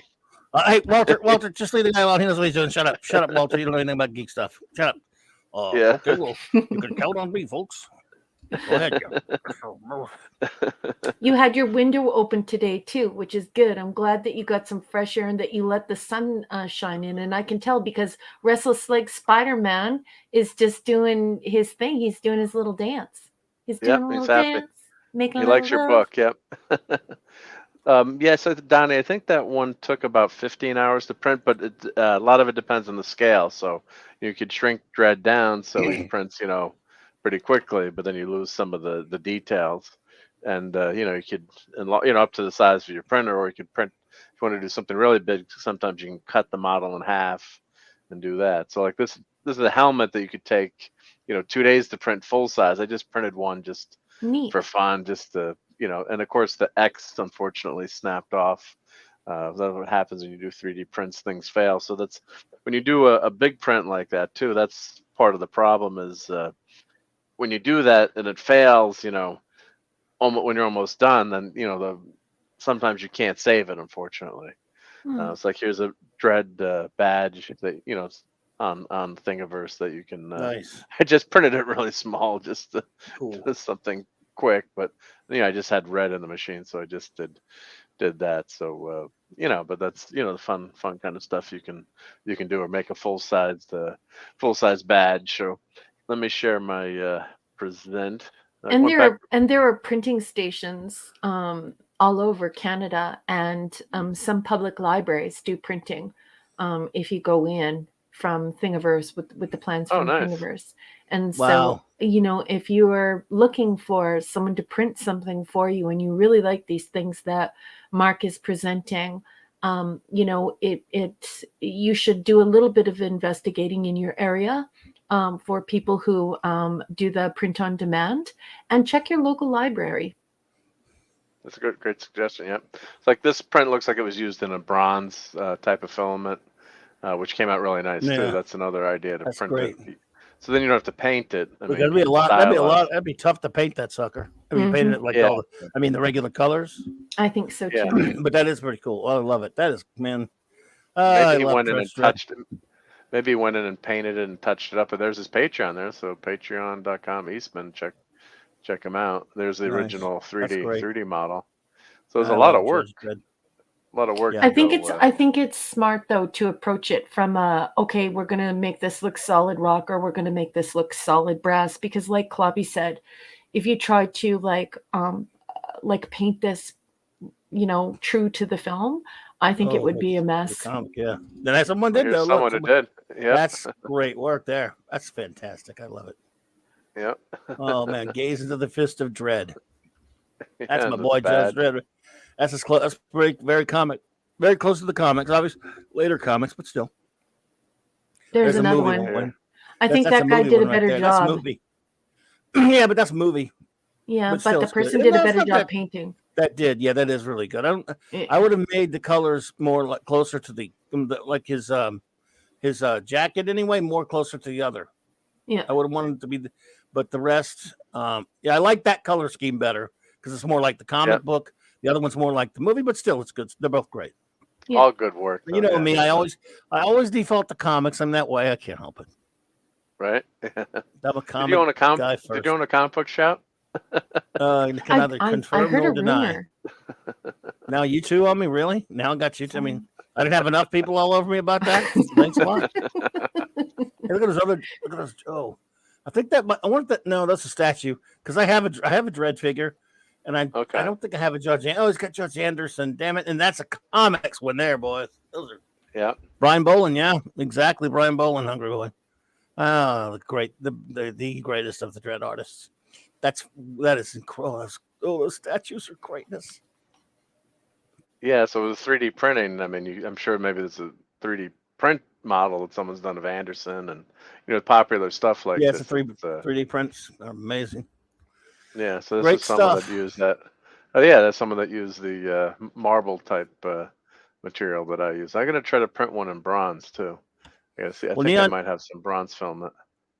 Neon Knight, our new friend. Well, you're a Star Trek fan. Well, Saturday nights, you have to. I don't know which is your favorite Trek or not. We only love Star Trek 66 through 05. Nothing else counts as Trek for us.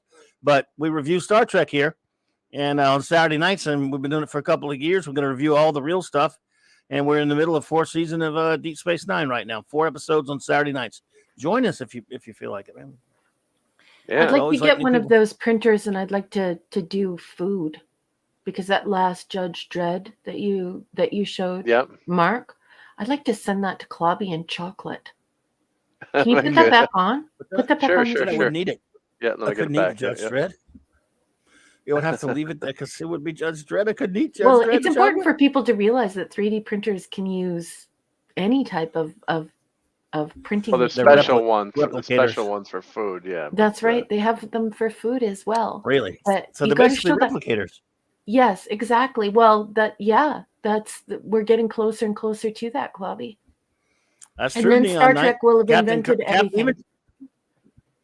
Even Cisco knows that Kirk is the greatest. That's absolutely right, Dion. That's a good point. Captain Cisco That is correct. is a Kirk fan. I like Cisco, but Kirk's the man. Hey, Oliver Belamonte's here. Oliver Belamonte, what's up, my friend? Okay, not that one. Go to the brown one. You showed like a flat brown one. Oh, the Manx. Oliver Manx, yep. Belamonte. Here we go, the Manx, yep. I could not agree more. He says one of the things he would bring back to Star Trek TV series and films if he could. Of course, first of all, it's not real Trek anymore, but he would bring back episodic and canon storytelling. That's a good. Yeah, I missed that. You see that? No, they'll never do it like the original series, man. See, if I had a 3D food printer, I would 100% do a chocolate Judge Dredd and send it to Clobby. Wow. You know So for Easter, you'd have Judge Dredd. That's right. Easter Judge Dredd in the basket. That's in right. the basket instead of bunnies. Yeah. Save the bunnies. Eat Judge Dredd. Who needs bunnies when you have chocolate Judge Dredd? Yeah. I'm That's telling you. fantastic. I must. So the other project. But I wouldn't feel guilty about eating the chocolate though. Yeah, right. But that's okay because the next year I would send you another one. That's fair. It's a fair call. Oh, look at Judge Dredd helmet. Very cool. Oh Yeah, my so you God, can print- man! Oh, So you that's can print these. Yeah. Look, I've These seen at now, Dragon helmets Con. take I've a seen. long time. Oh no, yeah. At Dragon Con, I've seen some great Dredd cosplays, and that was way before they had anything. These sophisticated 3D printers. So how they made their helmets, I don't know. But now, man, what you really need to do though, is make a ROM figure. Damn it! Oh yeah, ROM. Yeah, let's see if they have ROM. Yeah. Or at least make the headpiece. What? Oh yeah, ROM. yeah. You could Not- do a mold. not- You could cast chocolate, and that's true. Not yeah. ROM from Deep Space Nine, the comic book character. Please, no. Yeah, so I could ROM. need some time on my Pretty soon you get to say, "Oh, ROM." It's Oh, coming. It's coming. Oh, good Lord. So That's Snail great. saying That's greatness. I could do What's a Snail saying? mold for the cast the chocolate in. Yeah, that's true. Or I could do the CNC machine. It works. I need time to make a chocolate Judge Dredd mold. Hold all the Chocolate work. That looks like a small helmet. Out of It's like a little aluminum. time. That like Well, a snail sometimes is miniature people one wonderful. print them smaller because it just takes so long Yeah. to print. But there's He's some got that, that's a cool one there. He made him a nice one. Yeah, You did yeah, a nice yeah. job Cool. there. That is Snail nice. Messiah thinks like my husband. That's exactly what my husband would have answered me in that circumstance. Which one? I'll make you a mold, honey. You can send Clobby that chocolate Judge Dredd. I'll Yeah. make you a mold, sweetheart. Just give me some time. You can't match the original magic. True that, Mr. Neon Knight. Nothing touches that original series. Nothing ever will. That's magic. It's ironic because it's science fiction, but it's a magic too. So Yeah. yeah, I love it. It's some great stuff here. So Oh, here's the Dredd. badge that I did. That's a simple one, but Oh man, that badge.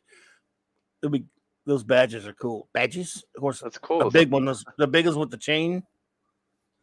Or yeah, We don't need no stinking badges. stinking See, if I had a badges. big badge like that, I would send him like a Flava Flav chain, and I would make the badge out of crushed up M&Ms.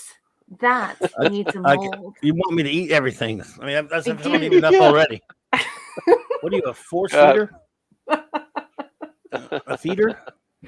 Oh my, there's some different helmets there. That's the top part. There's the lawgiver. Yeah, Wasn't yeah, there's a Quarterblack lawgiver. making a lawgiver? A Quarterblack. Yeah, Now again, he did make it's- a nice one. Yeah, That one you just showed, the one that was on the other one, they had one that was done. It looks like I'm not sure if it's a movie law. It might be the movie lawgiver though. I like the Brian Probably. Bolin one, but that's a movie. Well, still, it's good. It was cool. It's a great gun. I mean, So people split these up so make it easier to print, but you can also, like you said, you saw one here. This is all together, but sometimes it's better That's to a split movie it one. in half, and then you can glue it together versus You printing had, it. yeah, you had one that was done and painted. You had one there. Okay, there Yeah. it is. Oh, this one here. Is that Yeah. it? Is that a lawgiver? Yeah. See, Yep. again, that's movie stuff, but still, it's okay. I'm not knocking it. I like the comic one better. Lawgiver was pretty good in the Stallone movie, but I can't remember what that was from Stallone or if that was. I think that thick one there is from the Urban Dread. Here's one here. The Yeah, I think Beacons that's have to terrible. leave, boss. Michael Bickham, thank you for being here, my friend. Really appreciate Take you. care, Michael. Be Good night, seeing Michael. you. And See good night, you. Sandra. I know a lot of the time Yes, you have us Cassandra. on your television and you're listening to us like through the TV like we're a radio station. So I Right. just want to yell out to Cassandra Beacom and say hello, sweetheart. And thank you Yes. guys for supporting us and for being here tonight. And hopefully we'll see you on Saturday. Love to Cassandra. Michael, thank you, buddy. Take care, my friend. Well, that's cool. Yeah, You this can do is a cool stencil. stuff right here. Yeah. It's I a love it. movie, but yeah, you That's can yeah, spray you can tell paint, that's the movie. Yeah. Yeah. It's Nice. Most of it's going to be movie. That's fine. I'm saying it's so cool yeah, stuff. it's most people will gravitate towards that. Plus, it's Most easier people to like copy movies are probably bigger. because they can see it. Yeah. Yeah, like someone did a small little helmet here. Yep. Very nice. It's fun to do. Fun to do that stuff too. There's a ton of Yeah. dread helmets. It looks like on. Very cool. So yeah, so that's a lot of fun. And let me show what else I got going here. So let's make that solo. So those are dread stuff. And then we'll show Spock, I guess. Does everyone like to see that? Can't remember if I've shown this guy before, but I think you have, but I mean, you could do like 10 or 15 shows on it, and I could just watch it. Like don't you 10 have or this 15 one? Or? times. No, I don't. You know, I don't collect this kind of stuff, but that's why I live vicariously through your museum. Thank you. Yep. The Chamber of the Ages. Yeah. So this figure, what's nice about this is the Diamond Select figure. Of course, so, it's Diamond Select. Yeah, it's great. So it's much more, much better quality, and what's nice about it, it has different hands and different different different head for Spock that you can switch out the hands and the express. Oh, yeah, yeah? I think I have it. I have it in the. Oh, I have it. Do in the it. You want me to go grab it? Do it. You know, they Yeah, have I'll two. go grab it. They did two of Yeah, I'll these. go grab. Yeah, no, I'll grab it. Yeah, yeah. Please. They did this. Yeah, please. They did I'll this, and they did. Go ahead. Why Go didn't ahead. you tell me I'll this be back. before? I'll be back. Let me What mute kind myself. of How you gonna I'll find- be you know- back. What kind of a Don't go to any friend are trouble, you dude. anyway? Why are you just telling me about this now? He's not gonna be able to Mark. find it. Mark, probably got it he's buried gonna somewhere. see. Why'd you tell him to go? They probably can't find it. No, he knows Anyway. where it is, and I bet you it isn't even They at did. the shop. I bet you it's in the basement. I bet you it's there, They- or it's in the attic. They did two, and I have the other one. He has this one. I don't think he has the other one. Is Kirk fighting Khan in Space Seed, and I have that one. Oh, And I love this stuff. my one, Michael and Melinda. Michael, you probably remember, we were at a con. We were at Dragon Con, and we won. There was some kind of contest or a drawing, or I don't know if it was a trivia thing, whatever it was. All I know is Michael won it. He won and there was the choice between this one and Kirk fighting Khan. And he picked the Kirk fighting Khan because he's a Khan fan. I mean, they're both great. I love them both. I mean, I wouldn't be able to choose. And then he gave it to me as a gift right there at the con. What? Man, Michael, I still have it. I'll never forget that, buddy. It's Well, beautiful too. You know how Yeah. I feel about Devil in the Dark, though. I think that Devil in the Dark Oh, may be, I love them both. yeah, like Yeah. for me, it's always in the top 3 or 4. And like I think it represents truly like the best television human beings have ever made, regardless of genre. So for me, I think if I would have been given the choice, I would have taken the Devil in the Dark. But I respect Michael's choice. Khan is Well, Michael's It's a a big difficult fan thing. of Khan, Yep. and I am too. However, I love Space Seed, so I'm fine with it. And it was just a wonderful gift, so it's great. But if I would ever, because this one's a great one too. Devil in the Dark is right at the top of my favorites. It's in my top 5, I think. Yeah. I'd have to check, but it's just wonderful. Yep. Wonderful. Yeah, Space Seed I think Space Seed makes my top 10. But you know that I'm always moving around my top 10, like as I change as a person. You fiddle with it, sure. Yeah, and as I grow as a person, or I'm at like a different place in my life where it's just like that particular idea appeals to me at that time in my life where I feel very close to it, or it's in, or it becomes more important to me or less important to me, right? I'm looking. Yeah, I got like looking at my top 10 list here, and I've got Devil in the Dark at 4 and Space Seed at 7. So both great stuff. I mean, I love them. I think I've got The Cage at number 1. I've got Where No Man Has Gone Before at number 2, which you already know. I've got Devil in the Dark at 3. I've got Space Seed at 4. I have City on the Edge of Forever at 5. Mirror Mirror at 6. Doomsday Machine at 7. Journey to Babel or Babel. Don't bug me. 8. Corbomite Maneuver at 9, and Enterprise Incident at 10. That's my top 10 right now at this time in my life. Always label your action figure pieces if you have them in a bag somewhere. So Spock and Hornet. Let's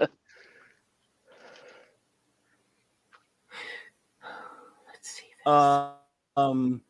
Wait a minute. So why don't you? Oh, he's not.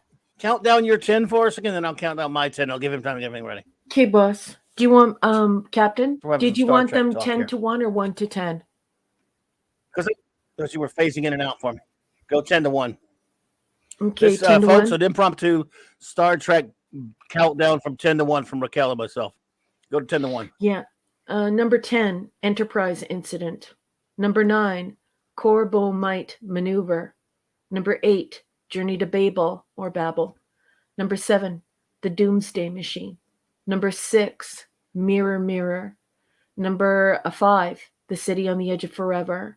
Number 4, Space Seed. Number 3, Devil in the Dark. Number 2, one of the greatest things that has ever been on television, and we will never do better than this, Where No Man Has Gone Before. And my number 1 pick, the most beautiful science fiction that has ever been on TV. No one will ever beat it, The Cage.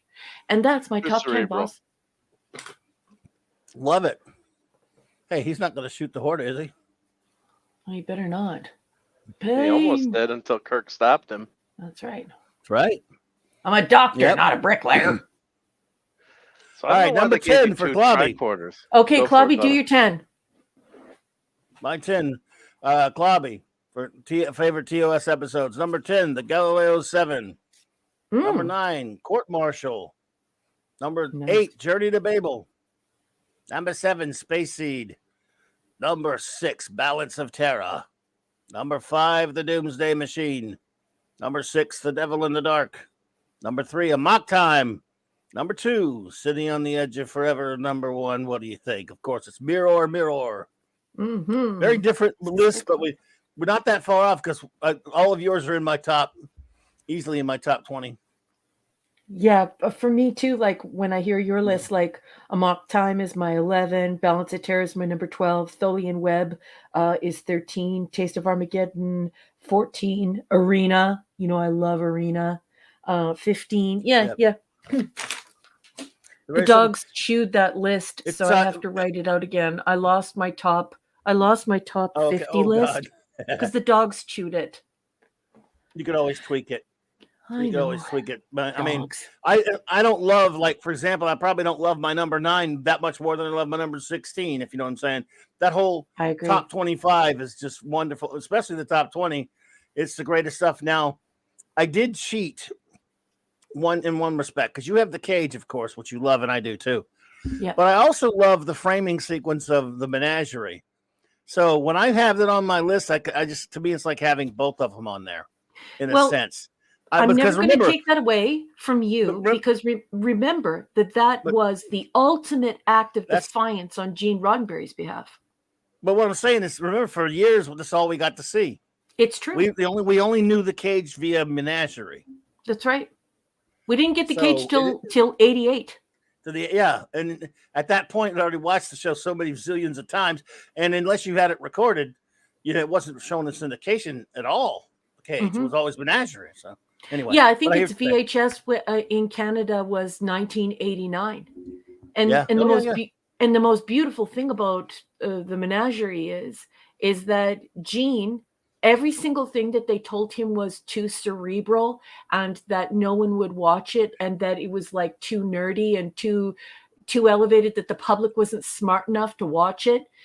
Gene got to recast it all in the Menagerie, and he did it as a cost-saving measure. But what he wound up doing is introducing the female number one, Majel, and introducing all of the content that they told him he couldn't put on TV. So like, I love the Menagerie because it's one of the greatest acts of defiance. And Gene saying, "No, I'm sorry, you're wrong.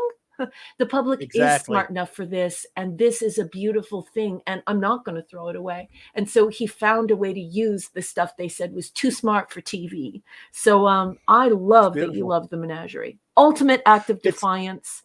Ultimate act. Oh yeah, and it's beautiful because you get the best of both treks. You get a good story, a great story with the characters that stayed, and you get to see that flashback to, at the time, what you'll never get. You got that one piece. You got to see the cage, with it wrapped around the cage. That's just great stuff.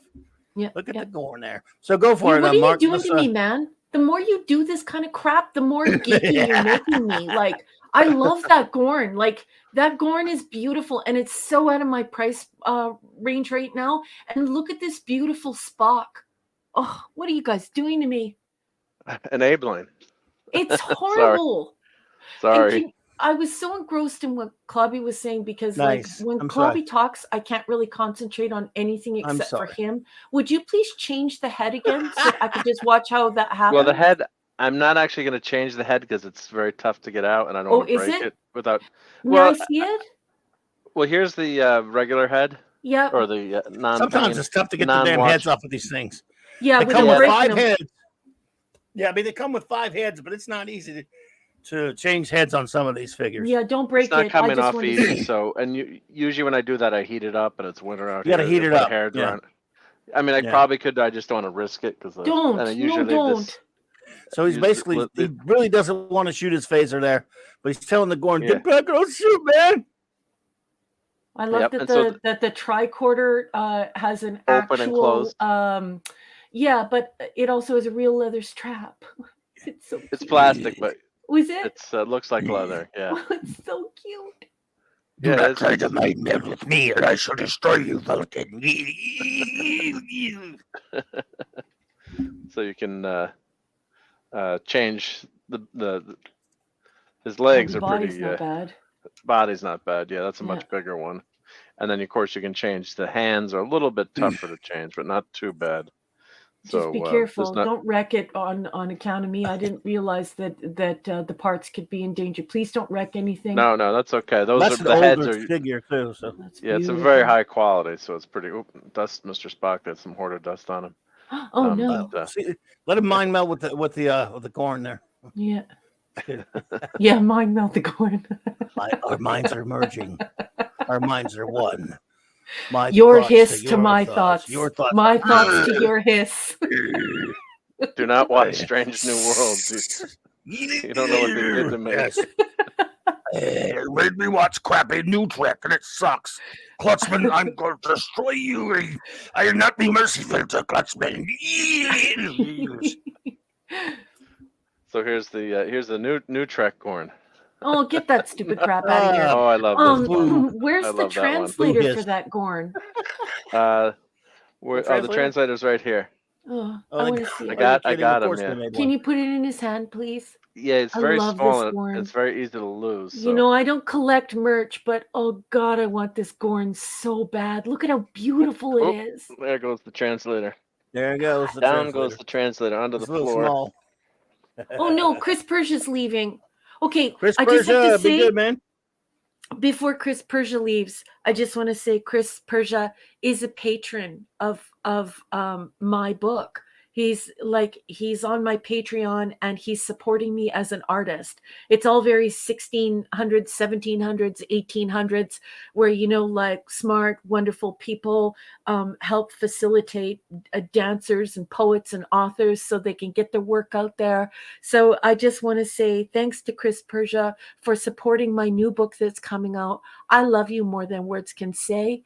Thank you for supporting the Clubhouse, for making gorgeous show posters, for Saturday Night Star Trek, for all of Clobby's stuff, and you know, for being here to help run the chat and stuff. You're an amazing person, and I don't know how to thank you, but I love you very much. Thank you. Thank so you, much. Chris. Appreciate you, buddy, and thank you for that. Take care, Chris. Thank you. Oh, you got the translator in his hand. But that's upside down, isn't it? Doesn't the translator go the other way? Yeah. Yeah, it goes the other way. It goes the other way. Yeah, that's the mic. Yeah. Yeah, he doesn't hold it really that well. That's okay. So I put some fun tack in there, but I got to get... that won't take the paint off, right? No, fun tack doesn't take the paint off. No. But it, yeah, I usually keep it on the shelf because then you lose that. Then of course you get a 3D print one, but yeah. So I never keep it in the hand. Yeah, what an amazing person. Like, talk about somebody who's like out there spreading geekiness and nerdness everywhere and supporting all these indie people and doing all these wonderful things for everyone. My goodness, Chris Persia is an amazing human being. I love him so much. We love you, brother. Let me put these pieces. If you want to go watch Devil in the Dark. Yeah, I wonder if I've reviewed this figure. I got to do a review of this figure. Well, you need to tag me in that so that I can go and watch it, please. Oh, sure, yeah. And I do have that Khan versus Spock. You got that one too? Yeah, I got that one too. Yeah, I love that. That's a great one. Look at the bend in his boot. It's elaborate. If you don't have it where you can show it, you should at least find a picture to show how many parts there are to that thing. Look at the bend in his boot. Look at that Cuban. Look at his Cuban boot. How perfectly it's bent with him crouching. That's such a great diorama. That's such a great little vignette. That's a wonderful. They did a great job. Yeah. Yeah, it's beautiful. But did you want to just take that Gorn and put it into a bag and send it to my address? Oh, you wouldn't mind? You wouldn't mind if I did that? No. Should I ask your wife? Could I be like, "Hi, Maureen"? It's Raquel. Can you send me the Gorn? She would freaking. She'd want to get rid of it. Sure, take it. Send it to you. I put some stuff into the. She'd send you a truckload. I put Galactus into the family room the other day. And she's like, "What's this with the what?" I'm like, "How did you even notice?" She's like, "That's terrible. That figure looks horrible. Get rid of that." Wow, when am I gonna? Man, I want to see you unbox that sucker. Yeah, I haven't done it yet. So. Yeah, he's horrible. The Funko Galactus. Man, you cannot keep Galactus locked up like that. It's just wrong. I don't want him to destroy the galaxy. That's just wrong. You don't want that. Why not? Who cares about the galaxy? So this is the Shuttlecraft Magellan. Except it's not exactly a shuttlecraft. It's got a secret. Yeah. It's got a secret. Yep. So spin it. Going on? Spin it around. Yep. Nice though. It's pretty cool. What's happening? There we go. Let's just spin it around so everyone can see it. But yeah. Neat. And then it opens up. Okay. Don't worry. And it's for the CD holder. The DVD holder. Oh wow! And he got Revenge of the Nerds. Yes, nerds. Yeah, nerds. Nerds. You just got your asses whipped by a bunch of nerds. Yeah, like 20 DVDs. That's all you can really put in there. Is like 20. Yeah, it's really a silly kind of CDs. Like I said, when I tell you about that one, I got an Enterprise D like that my daughter found for me for probably $3 somewhere at a estate sale. Well, it's probably the same. And they call him Scuba Pete. Look at the Scuba man. Pete! He's the king of the rumba beat when he plays the maracas. He goes chick chicky boom, chick chicky boom.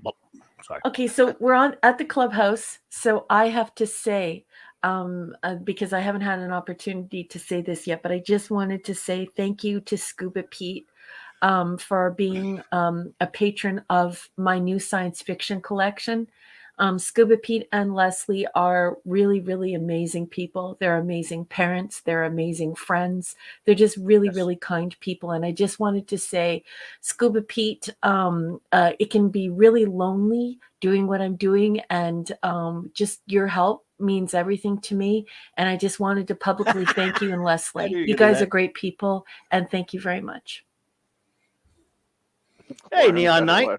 Neon Knight's got a list for me. We got 10 Arena, 9 Mirror, love it. Doomsday Machine at 8, Enterprise Incident at 7, Who Mourns for Adonis at 6, love it. Cage at 5, where you go, man? 4, Tomorrow's Yesterday, there you go, love it. Core Manubi at 3, Balance of Terror at 2, and Where No Man Has Gone Before at 1. Love seeing everyone's list on that. So original track. So good one there. Good one there, Neon. You know that Neon Knight likes the idea of seeding, planet seeding, and mixing that idea, because look at his number 6, Who Mourns for Adonis. I think that's a great, great list. I love that also, before we get off the Scuba Pete thing, many of you really love these like big toy collectors, merchandise people who know a lot about toys.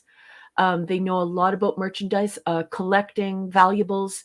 You know, I don't know if you know this or not, Mark and Clobby, Captain, my Captain, Mon Capitaine. Did you know that Scuba Pete did a toy room reveal? And it's just part 1, but he is showing everyone the full toy room. He did a full video on it. You could, I was just going to say, a link to that video. Let's get it. Go check. Go if we check can get that a link out. to that video, we'll put it in here. Yes, please. It's Chasing 80s Toys, and it's I'll try to find it. It's going to be insane to see Scuba Pete's full room. Well, I made a comment on the video. It said, "Sorry, son, your bedroom is now a toy room, but there might be room for you to bunk on the USS Flag, which is the massive, aircraft carrier, GI Joe aircraft carrier that's like 1 million, 8 feet long or whatever." But that was a cool video, Scuba, and good luck with that. And the kids, when they move out of the house, that's the joke, is I get to take over another room in the house. But it's hard when they move out. Fun. Yeah, you love having him back too. So you do. It's hard when you become an empty nester. It's a pretty awful feeling, especially if you're close with your offspring. So, but I just think that it is a tremendous joy to watch a Scuba Pete invite us into the toy room and show us everything. I mean, eventually one day I would like you to do that with us, Mark, but I know you would need an entire city block. So no, Scuba's got more stuff than me, I think. Yeah, well, it might be time for you to do something like that. But in the interim, please hop on over to Chasing 80s, or just follow that lovely URL Scuba Pete put in there, and see some really cool stuff and learn some stuff too. Yeah, great stuff over there. So you can never have too many toys. That's why you need to take over your kids' room. So like my wife is like, "Well, how come you have an office with all your stuff in it?" I'm like, "Well, where else is the stuff gonna go? Do you want it? Do you want it anywhere else?" So while we're on, let's see. There's a Marvel mug that my nephews got me when they went to. I think it was when they went to Universal. I want that. Nice. So this is a classic. That's a mug. Classic mug. Nice. Coffee mug. Is that a tin? An aluminum one? It's a roadie. Metal. In Canada, we call that a roadie. I want that. Those aren't cheap. That's beautiful. You might be able to find it on Fleet, but I love the old artwork there. Great. Oh, yep. I can name most of it. Very cool. I just did a short on it today, Tusca. so I'll put the link in a minute. Yep. Yeah. Yeah, great stuff. Nice. One time I thought I left it behind. I panicked. Some Buscema, some Burn. Some Cockrum even. I love that old Black Widow too. Love it. So it's a good mug. Yep. So a couple things there, but it's well used. But yeah, it's a good classic Marvel artist and Nova. So I really like that.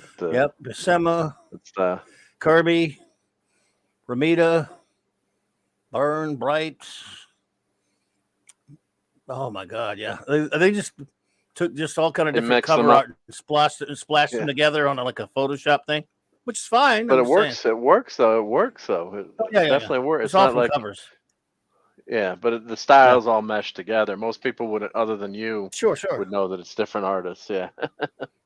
So I Oh, got that, and while we're doing 3D print, I think I'd shown I this love before. them. I love them. It's I great. had I 3D printed bases for my phasers, so Oh. That's So you got another thing that you should just slip into a bag and mail to me. that's yeah. I've got that. The You problem is should. I keep adding more stuff to the bag. That's why I haven't made it to you, which is my fault. I keep adding stuff. But do you have any of these phasers, or tell me which ones you have? No, I do not. And remember, I told you why? Yeah, Huh? yeah. I thought you had the Playmates phaser. I don't. And one of the reasons why is because it was really expensive to buy. And then at the the Diamond time, Select one, right? Yeah. we weren't allowed to con it. Like, you're not allowed to con it because it's Oh, a yeah. weapon. So, Which is but now, totally like, I'm running out ridiculous. of time to get one, right? Well, the Playmates one is $25. I think it's not bad. I would say it's a buy. I'm enable you on that. I mean, it's pretty. You probably can't hear it because I have the Tris bomb, but and I've shown this before, but I just 3D printed these You can keep showing bases. it. I mean, it's Trek porn. Like, gimme, gimme, gimme. So, like, show it as much as you want. I'm not bored. I'm very Not happy bored? right now. Oh, Nice. good. So yes, that's some of the fun things you can do with May with I a 3D please see printer. may I please see your work? You did some nice work and you didn't even show it to us. You showed us What's other that? people's work. Well, let's see your beautiful stand that you made. Well, I mean, someone else designed it, so I just know, but it whoop, looks cool. whoop, Let's see it. yeah. Oop, no, I dropped the phaser. There we go. Oh, not good, not So- good. Oh, that's So cool. I printed it in black. That was another smart. thing of verse one, because I thought people were printing them in gold, but I thought it took away from the. You put a little fun tack in the bottom, so then the So phaser, yeah, that's smart. kind of sticks to it. And then That's you can beautiful. lift it up. No, So that's there's different wonderful. sizes. Yep. Different sizes for the Playmates. They made the handle wider so they could fit 2 AA batteries. This one uses button batteries in the top. So, but yeah, it's a nice little, help display your phaser. And then the person did a nice angle on it, so it's because if you just put this down like this, it's well, that one doesn't stand No, up. it doesn't work. But it's at a bad. It's not such a good angle. So And they're both two-piece? one piece, yeah, and just print it No, like like, that. are both phasers on a two-piece? One is Diamond Selects, one is Playmates, but are both Yeah. the two-piece? Oh, they're different models for each different base. Yeah, So you have otherwise it'd be too wobbly because yeah, because of the the, battery thingy. yeah, it's much wider. Let me brighten that up because the black is tough to see. What the, did Scuba Pete just do? Hold on. What did he do? I don't know. Big Bad Toy Store. Whatever Scuba Pete and Oh. Mark say, I go and look. You do too, Clubby. They're ruining us. I'm glad he reminded me. Because I got something that came in. Remind me to make that. I told you last night we came in. Remind me to make the announcement. Too bad Rob Altus is not here, but Oh, yeah. You need to It talk shipped, about or that. Did you get it or did it? no. That's They on its shipped way. it. They shipped it. Yep. Shipped it yesterday. And nice. I can't wait to see that when you get that. And the last thing I have to show, I've been using my gift card that I got from Christmas, and everyone said use it for something practical. It's like, well, with me, good luck with that. So this is a very practical item, I thought, as a fan of Batman 66, and I love motorcycles, so you've got your Batcycle with sidecar. So that's made for the scale for the Hot McFarlane. Wheels has a Batcopter. Oh, that's cool. When'd you get this? Recently? Yesterday. Unfortunately, it shipped in the original box that came with it, and in a paper box. So it was in a cardboard box, but the box got messed up. But what are you gonna do? But I always remember the scene where Batman is taking this bike with Robin. I think it's a Yamaha Oh, yeah. 250. He's taking this bike over to the Batcopter, and then Robin has a little go-kart that flies out, and he goes the other side of the copter. Oliver Belamonte makes a good point. We need to see a 3D of the printed of the Agonizer. Oh yeah, I'm sure they have an Agonizer. Yep. That way I can walk up to you and say, Your Agonizer, please. I could hand it over. Yep. So I got it. I didn't take any of the Batman 66. Your Agonizer, please.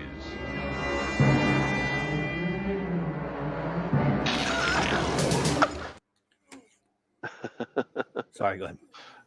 No, well, I got to print an Agonizer, right? So they have for this series they have the Batcave you can buy too. I almost bought that, but I bought this over the Batcave. Oh so, my! So it works. You know, you can put Batman on this figure with Robin. The Batcave looked pretty good though. The Batcave looks good. Yeah, if you look at Big Bad Toy Store for the Batcave, I almost bought it, but I went with the sidecar because I'm a motorcycle guy, and it's not it's not Corgi level quality, but it's pretty darn good. So I'll do an unboxing on this. That's pretty cool. Let me get the figure out, and of course, here's the. You put Robin on there. You can put Batman and Robin on there. Of course. Oh, I saw that at the store. Batcopter. When I talked about the Hot Wheels one, yeah, it's pretty cool. I should have got that. They had a bunch of them. So this is what they're driving to. Yep. So is this the Hot Wheels one? Let's see. Must be. This was how long you had that? They got this. I saw one at the store the other day. Years, I think. It was that was a Hot Wheels. Yeah, that Hot Wheels there. Mattel. This is Mattel. It says, but is it Hot Wheels? DC Com. Yeah, this is a Hot Wheels. Yep. Yep. So. Okay, so can I ask a question? Sure. Scuba Pete just sent me the Playmates at a pretty reasonable price. Yeah. Okay, but I need to know, is the Playmates a 2-piece? No, the Playmates is 1 piece. Okay. But it's pretty. But it's a little bit louder than the Diamond Select, and you don't have to worry about anything happening to it as much as because the Diamond Select's quote unquote worth a lot more, I would say. So. Yeah, it is, right? But the thing is that it has the Type 1 phaser that you can pull out of it, and that's yeah. See, look at that. Like when you need to warm up some rocks because the captain's left you behind, you're gonna need to take out your Type 1 phaser. Hey, Shooter. Pew, pew, pew. Shooter, thank you so much for becoming a patron on my Patreon. I just love you so much. Thank you for supporting my new book.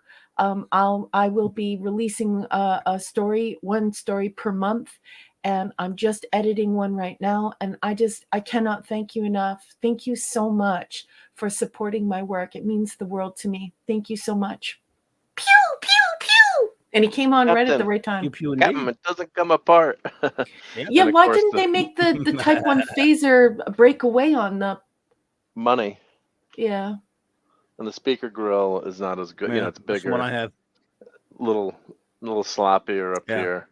But it's still pretty damn good though for $25. I mean, you're not buying, it'd be high-end replica $25 for you, $30. but it's more like 50 for me, right? Oh, I'm sorry, but yeah.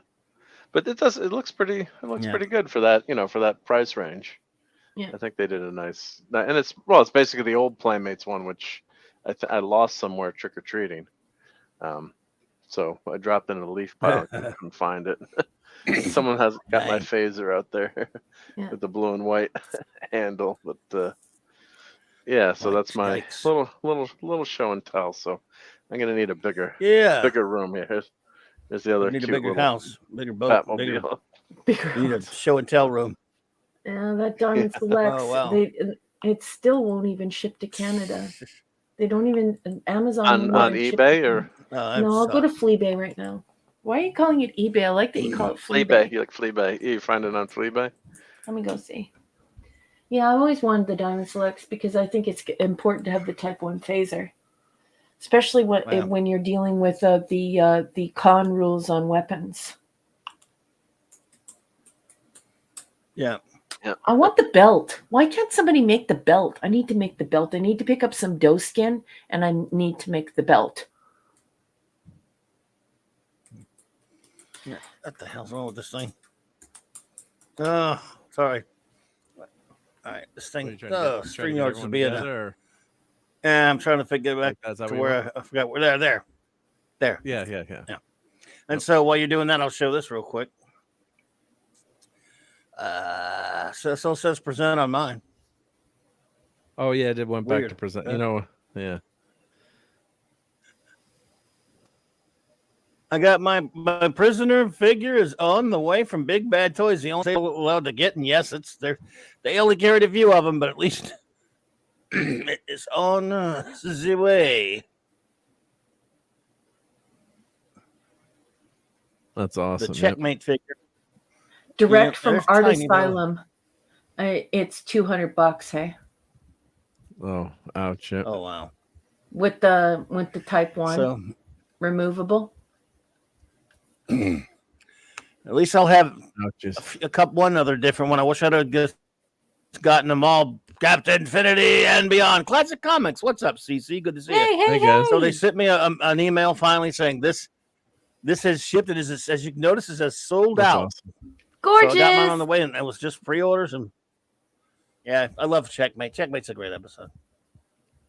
And so that's one of the greatest of the episodes, in my opinion. And it's one of the 7, by the way. Whereas my other one, I got Schizoid Man. That's not of the 7, but not of the body. Doesn't count. But it's not of the body. Yep. So yes, dedicated to the great Rob Altus. Yes, Rob Altus, if you're out there. Do you have a friend who worked at the company, or what was the connection? He has a friend of his who was the one that worked to make these toys. And also a big shout out to the great Eric K, who, remember when we were talking about these that night? He gave you a nice donation that night. Yeah. Very generous super chat and said, you got to use this to order one of those. And this was like back in September. And said, you got to use it to order one. I couldn't pick, Yeah. But I finally just managed to. It was tough to choose, tough choice, because these weren't like one of those sets like the other one I got. These were the individual peg carded ones. And I just went. I got this one. It was tough to choose, and I said, "Well, I love Checkmate," and they didn't have. I would have chosen if they'd had it. I wanted the Arrival figure that was on. Yep. Arrival figure was on the original offering, but it wasn't on Big Bad Toys, which of course was him in the black suit. The first episode, I'd love to have gotten him in his black outfit for the first episode, but still, I had to pick one that for an episode that I love, and I do love Checkmate. So, there we go. At least I'll have that. So I'm glad you got that. En route. I mean, you only need one. You only need one, right? You don't need multiples of characters, right? I wish I'd have bought them all, man. I wish I'd have just back then had taken a leap. I was a lot better off then than I am now. And I probably could have survived it. I'd have been mad at myself for about a while. Actually, I'd have been even more mad at myself that whole year and a half because I thought, look, until Rob told us about that September back then, well, I had forgotten, and I'd resigned myself to thinking they were never going to come out. It would have been over a year and a half at that point, and I just thought we probably weren't going to see them. Yep. Well, I'm glad it's coming out. I'm glad you're getting it. Yeah, it's awesome. Yeah, I wish I would have had the cash. I would have got the clam.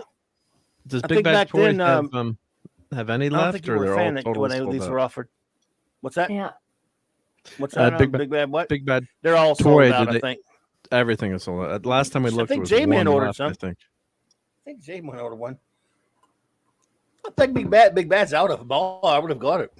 I would have got another one way back. But I don't know. I'd have to check, but I think they're out of it.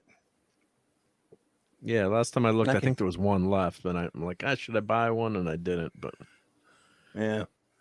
Oh man! And then I'll regret it. Shin kick myself. Damn it!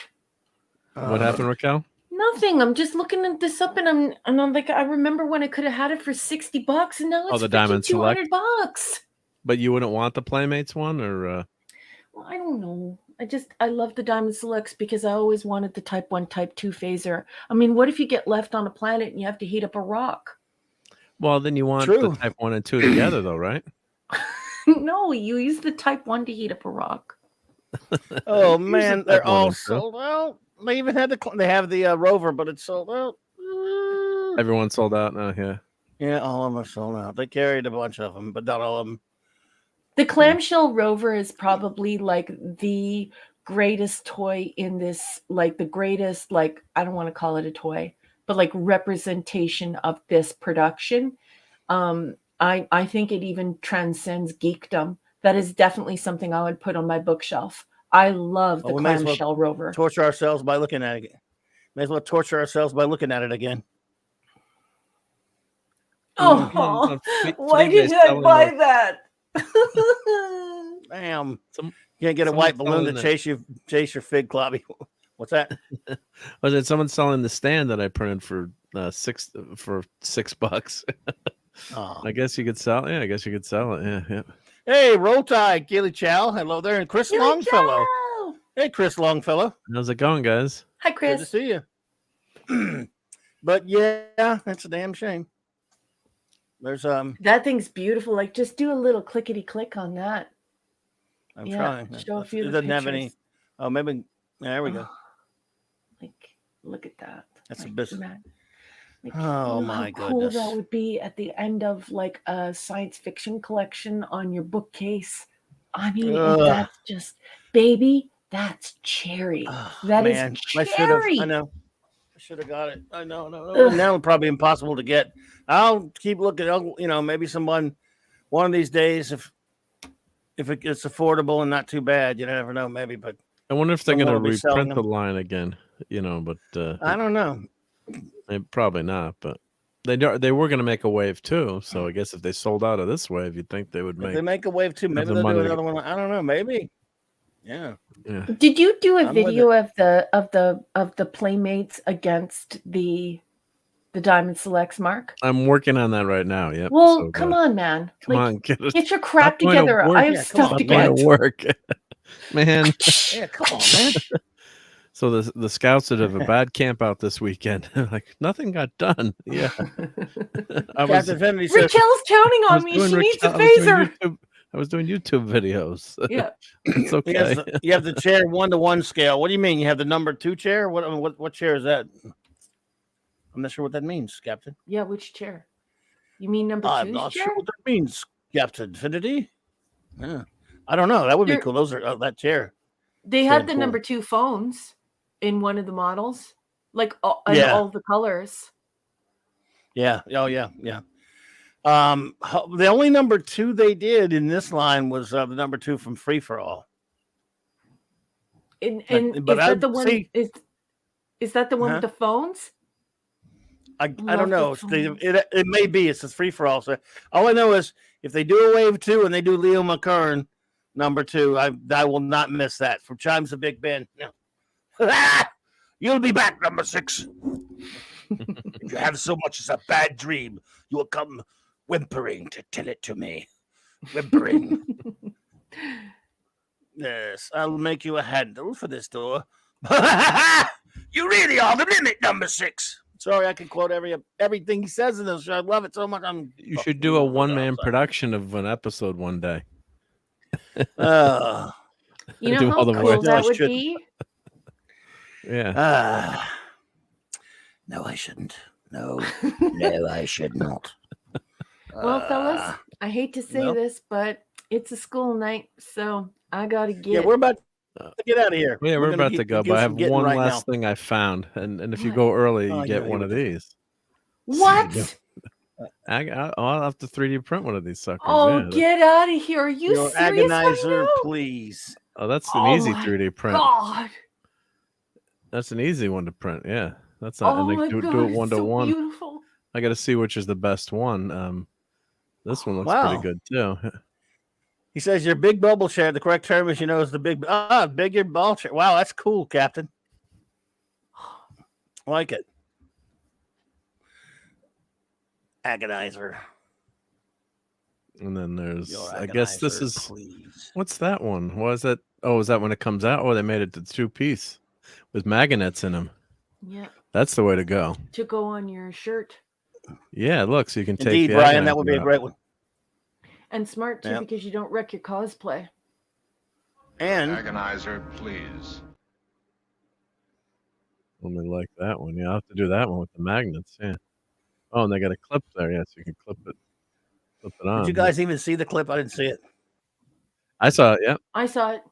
Yep. I saw it. Yep. And then after you said that, I saw it. That's how long it took me to see it. I didn't even hear it. I didn't see it. I just heard it. Didn't even I see like it. the silver Thank- one, Mark. Thank you, Sean Carter, for the $5 super chat. You're too kind. He says, I just emailed you a few pics of some of my track models, including the USS Doomcock. Hey, all hail Doomcock. We love our dear friend and ruler of the center of the earth. Would love to share them with the panel one day if it's well. We would. I really appreciate that, Sean, and thank you so That's much awesome. for the super chat. You were too kind. I will definitely take a look at those. I don't have my Twitter up right now to pull it up because my computer's going wonky, but I will look at those, and we would love to see those. And That's canon. Yeah. What's that? You keep What's talking, Clubby. I'm just having a side conversation with Mark. Mark, that one's canon. You like Andy that one? Yep, Masterson. yep. Yeah, that one looks good. He Yeah. says Sean Carter does amazing work. Cool. Andy, you're on. Would love that. Would love that. Did you send it to my? Where did you send it, Andy? I don't see it. Did you say he sent some pictures? Yeah, he said he sent some. He said he emailed. Emailed me. Okay, my email. I'm sorry. Yeah, yeah, I was yeah, looking in the yeah, wrong yeah. place. I'm an imbecile. Yeah, the one that's got like the silver, that's canon.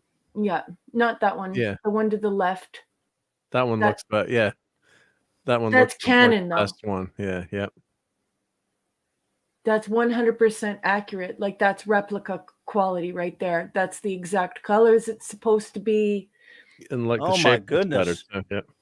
Yeah, Wow. that's the one. These models look amazing. Yeah. Yeah. So these are FDM. I have an FDM. Wow. I'm assuming these were FDM, Ronnie, from the looks of them. But something like this you could do resin too. Yeah. So this one looks. Sean Carter does amazing work indeed. That's not This is correct. incredible.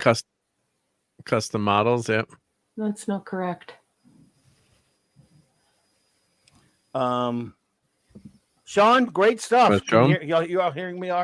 You all hearing Yeah, me? Yep, but we got you. Yep, we got you. Yep. I never can tell. Okay, Sean, that's great stuff. And Andy Masterson, you're correct. He does amazing work. Okay, Sean, like I said, I won't show them now since you're not here, unless you want me to, or I'll, you want one night when we're about to get out of here now, but one night if you want to come on one of my Wednesday night shows, or maybe even, just or the clubhouse later when we show some stuff or whatever. These are really cool. So yeah, I mean, whatever your game, but these are incredible, man. the USS thing is Doomcock, I love that it. the thing is that agonizer, it's supposed to be the color of like aluminum, and it's Yeah. supposed to have that lipstick red upside down Yeah. delta, like it's representing the negative delta. And then the reason, yes, see what I mean? So that one's canon. And what's even more canon is the fact that person found a way to put it on the belt, because on Yeah. set, the props would have had the belt, or would have had the loop to go on the belt. It would have been removed from the belt loop and placed on the chest. So those dark ones are Nice. not correct. They're not. Those agonizer, it's 2 pieces, right? Isn't the agonizer 2 pieces? I've seen that clip a zillion times, but isn't that's the agonizer part that comes off of the backing? Yeah, it's my understanding that it's one single prop. Oh, And so then- it wasn't split in half. The whole No. thing, yeah. And the button needs to somewhat look like a delta, not fully. It's not obviously, but it's representative of the prop maker who had a very specific style and wanted to make it look as though it would be believably Starfleet, right? Like this was Somebody's in the agony booth. Yeah. Yeah. Here's the clip. Your agonizer, please. No, Mr. Spock.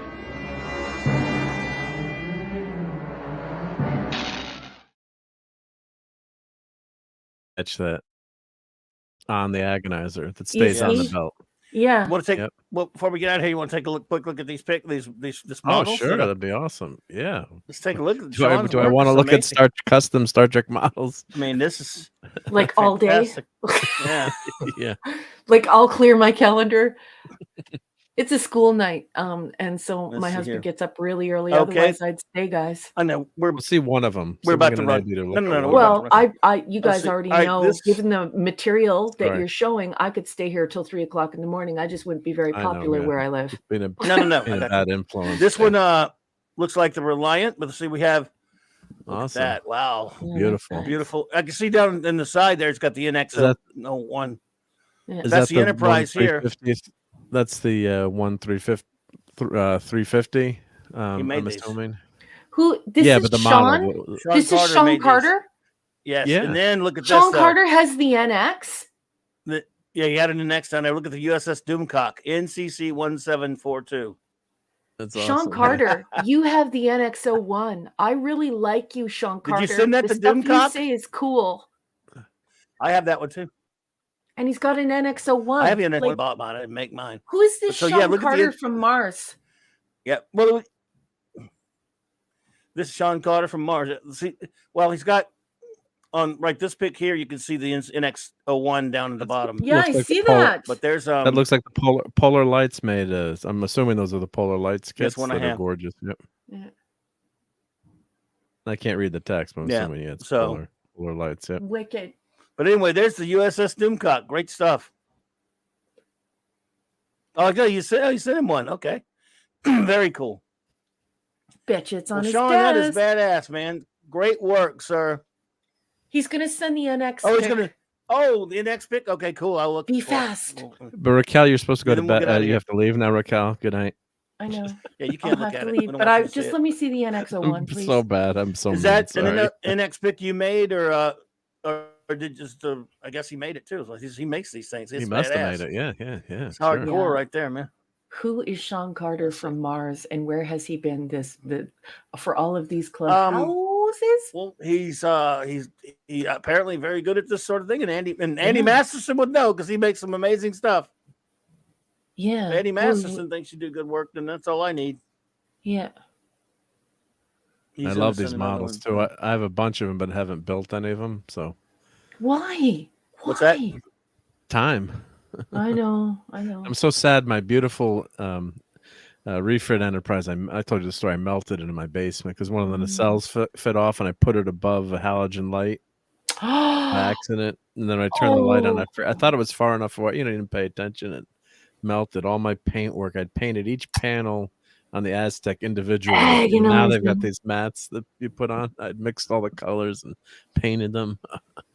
Oh, it was so bad that Khan got to my ship. Yeah. Damn. Yeah. Sean sent the NX. Did you get it? Yes, boss. There it is right there. Please show it. I'm so excited. It finally came in. Here we go. Well done, sir. Let's see, it's a different one. The NX is so realistic. I love the NX refit, but Polar Lights never did that version, unfortunately. The NX is one of the most I have the one that I just had. Yeah, that is a great. I'm glad I got that one. Not the one I. All right, let's see here. Okay. Wow, this computer's really. It's okay. Going slow on me for. Sorry, folks. Right, yeah. Okay, so you can see, of course, look at the shuttlecraft Doomcock. Oh, nice. And then another. That's beautiful. Another shot of the shuttlecraft on the side. Nice. And then he's got That's gorgeous. Yeah. What's your address in again? XO2. Wow. I mean, 01. Oh, But they're beautiful. one. Sorry. They're beautiful jobs in making. Is now, a lot of skill. Yep. Our boy Doomcock is not a fan of Enterprise. Nobody's perfect. Our boy Doomcock's not a fan of Enterprise, but I am. Yeah, I me love him, too. but I love Enterprise, and I love this ship. So. Nobody's perfect, but Enterprise is incredibly accurate to TOS and TAS. Very faithful. There's so much fidelity in that iteration of Star Trek, and that is one of the most realistic ships ever conceived for Star Trek. I just absolutely love it. I love how tight it is. You feel like you're in a nuclear submarine. You have to be careful. You're going to bang your head. You don't have all of this space everywhere. There's no carpet. There's no carpet. It's just, it's cherry. It's cherry. It's like being on a submarine. I love, love, love this ship. And I love how true to life it is. It's so realistic. I love it. Great. Yeah. I love it. Well, thank you, Sean, for showing us that. We're going to scoot because it is getting late for, Raquel. Like what you said. Sorry, guys. So, no. Let's do it quick. We won't have to do shout outs. We'll do that Saturday night. So I'm just going to say, folks, that show notes tomorrow, Friday afternoon, was it Friday evening, 7 p.m. Eastern, so 6 p.m. Central. I'll be on the Great Dad Man Walking's channel, our good friend, talking some NFL playoffs. Mark D will be there as well. Then I'll be on at 8:30 p.m. on Nick Weiser's, our buddy Nick Weiser's channel with the comic. Indeed, with our comic shop, the comic shop group, reviewing a comic. We'll be reviewing Infinity Gauntlet number 3, and then Saturday morning at 11 a.m. I guess I think that's Central. I'm not sure. I will be on Brandon the Anime Guy's channel. You must really love Brandon the Anime Guy, because that time, ew. It's early, but he's a good friend. He's a good pal, and he always likes to come and he supports us. And so I'll be doing that. And then of course, everybody, tomorrow night, join us for Saturday Night Star Trek. Saturday. Yes, indeed. Saturday. That's a song, is it? Saturday. Yep. Saturday. All right, so 4 more episodes of DS9 reviewed by yours truly and my wonderful first officer, RM Commander, RM Briggs. Sunday night, I'll be over there hanging out at the Sunday Night Geekery on Mark D with the C's channel. He'll put your channel in there. Please go to his channel and subscribe if you have not. And I want to thank everyone for your wonderful super chats and those who joined the channel. I cannot thank you enough. Thank you all to our great wrenches and all of our great new friends that we made tonight. It means so much to us. Absolutely come hang out with us and see us more. Monday night, Mark C. Comics Talk. Of course, on Monday nights, for those who are new here, I talk comics. On Wednesday nights, it's Wild Card. And Thursday nights, it's the Clubhouse with my two fantastic friends, Raquel and Mark. So we're going to get out of here quick. Just want to thank you all. And again, a big Clobbering Times happy birthday. 89th birthday to the great Tom Baker, the 4th Doctor, my favorite Doctor. You. Good night, everybody. Edgar Allan Poe. And Edgar Allan Poe. Good night, everybody. Indeed. No, nothing sorry. Of course, we respect him. Good night, everybody. Have a fabulous weekend.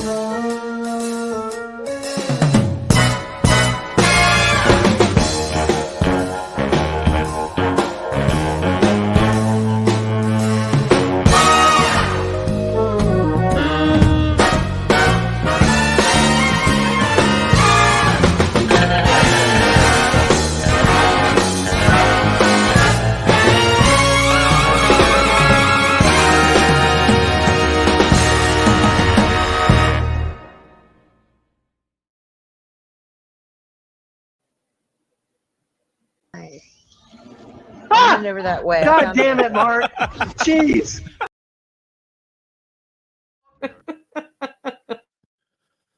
I'm trouble.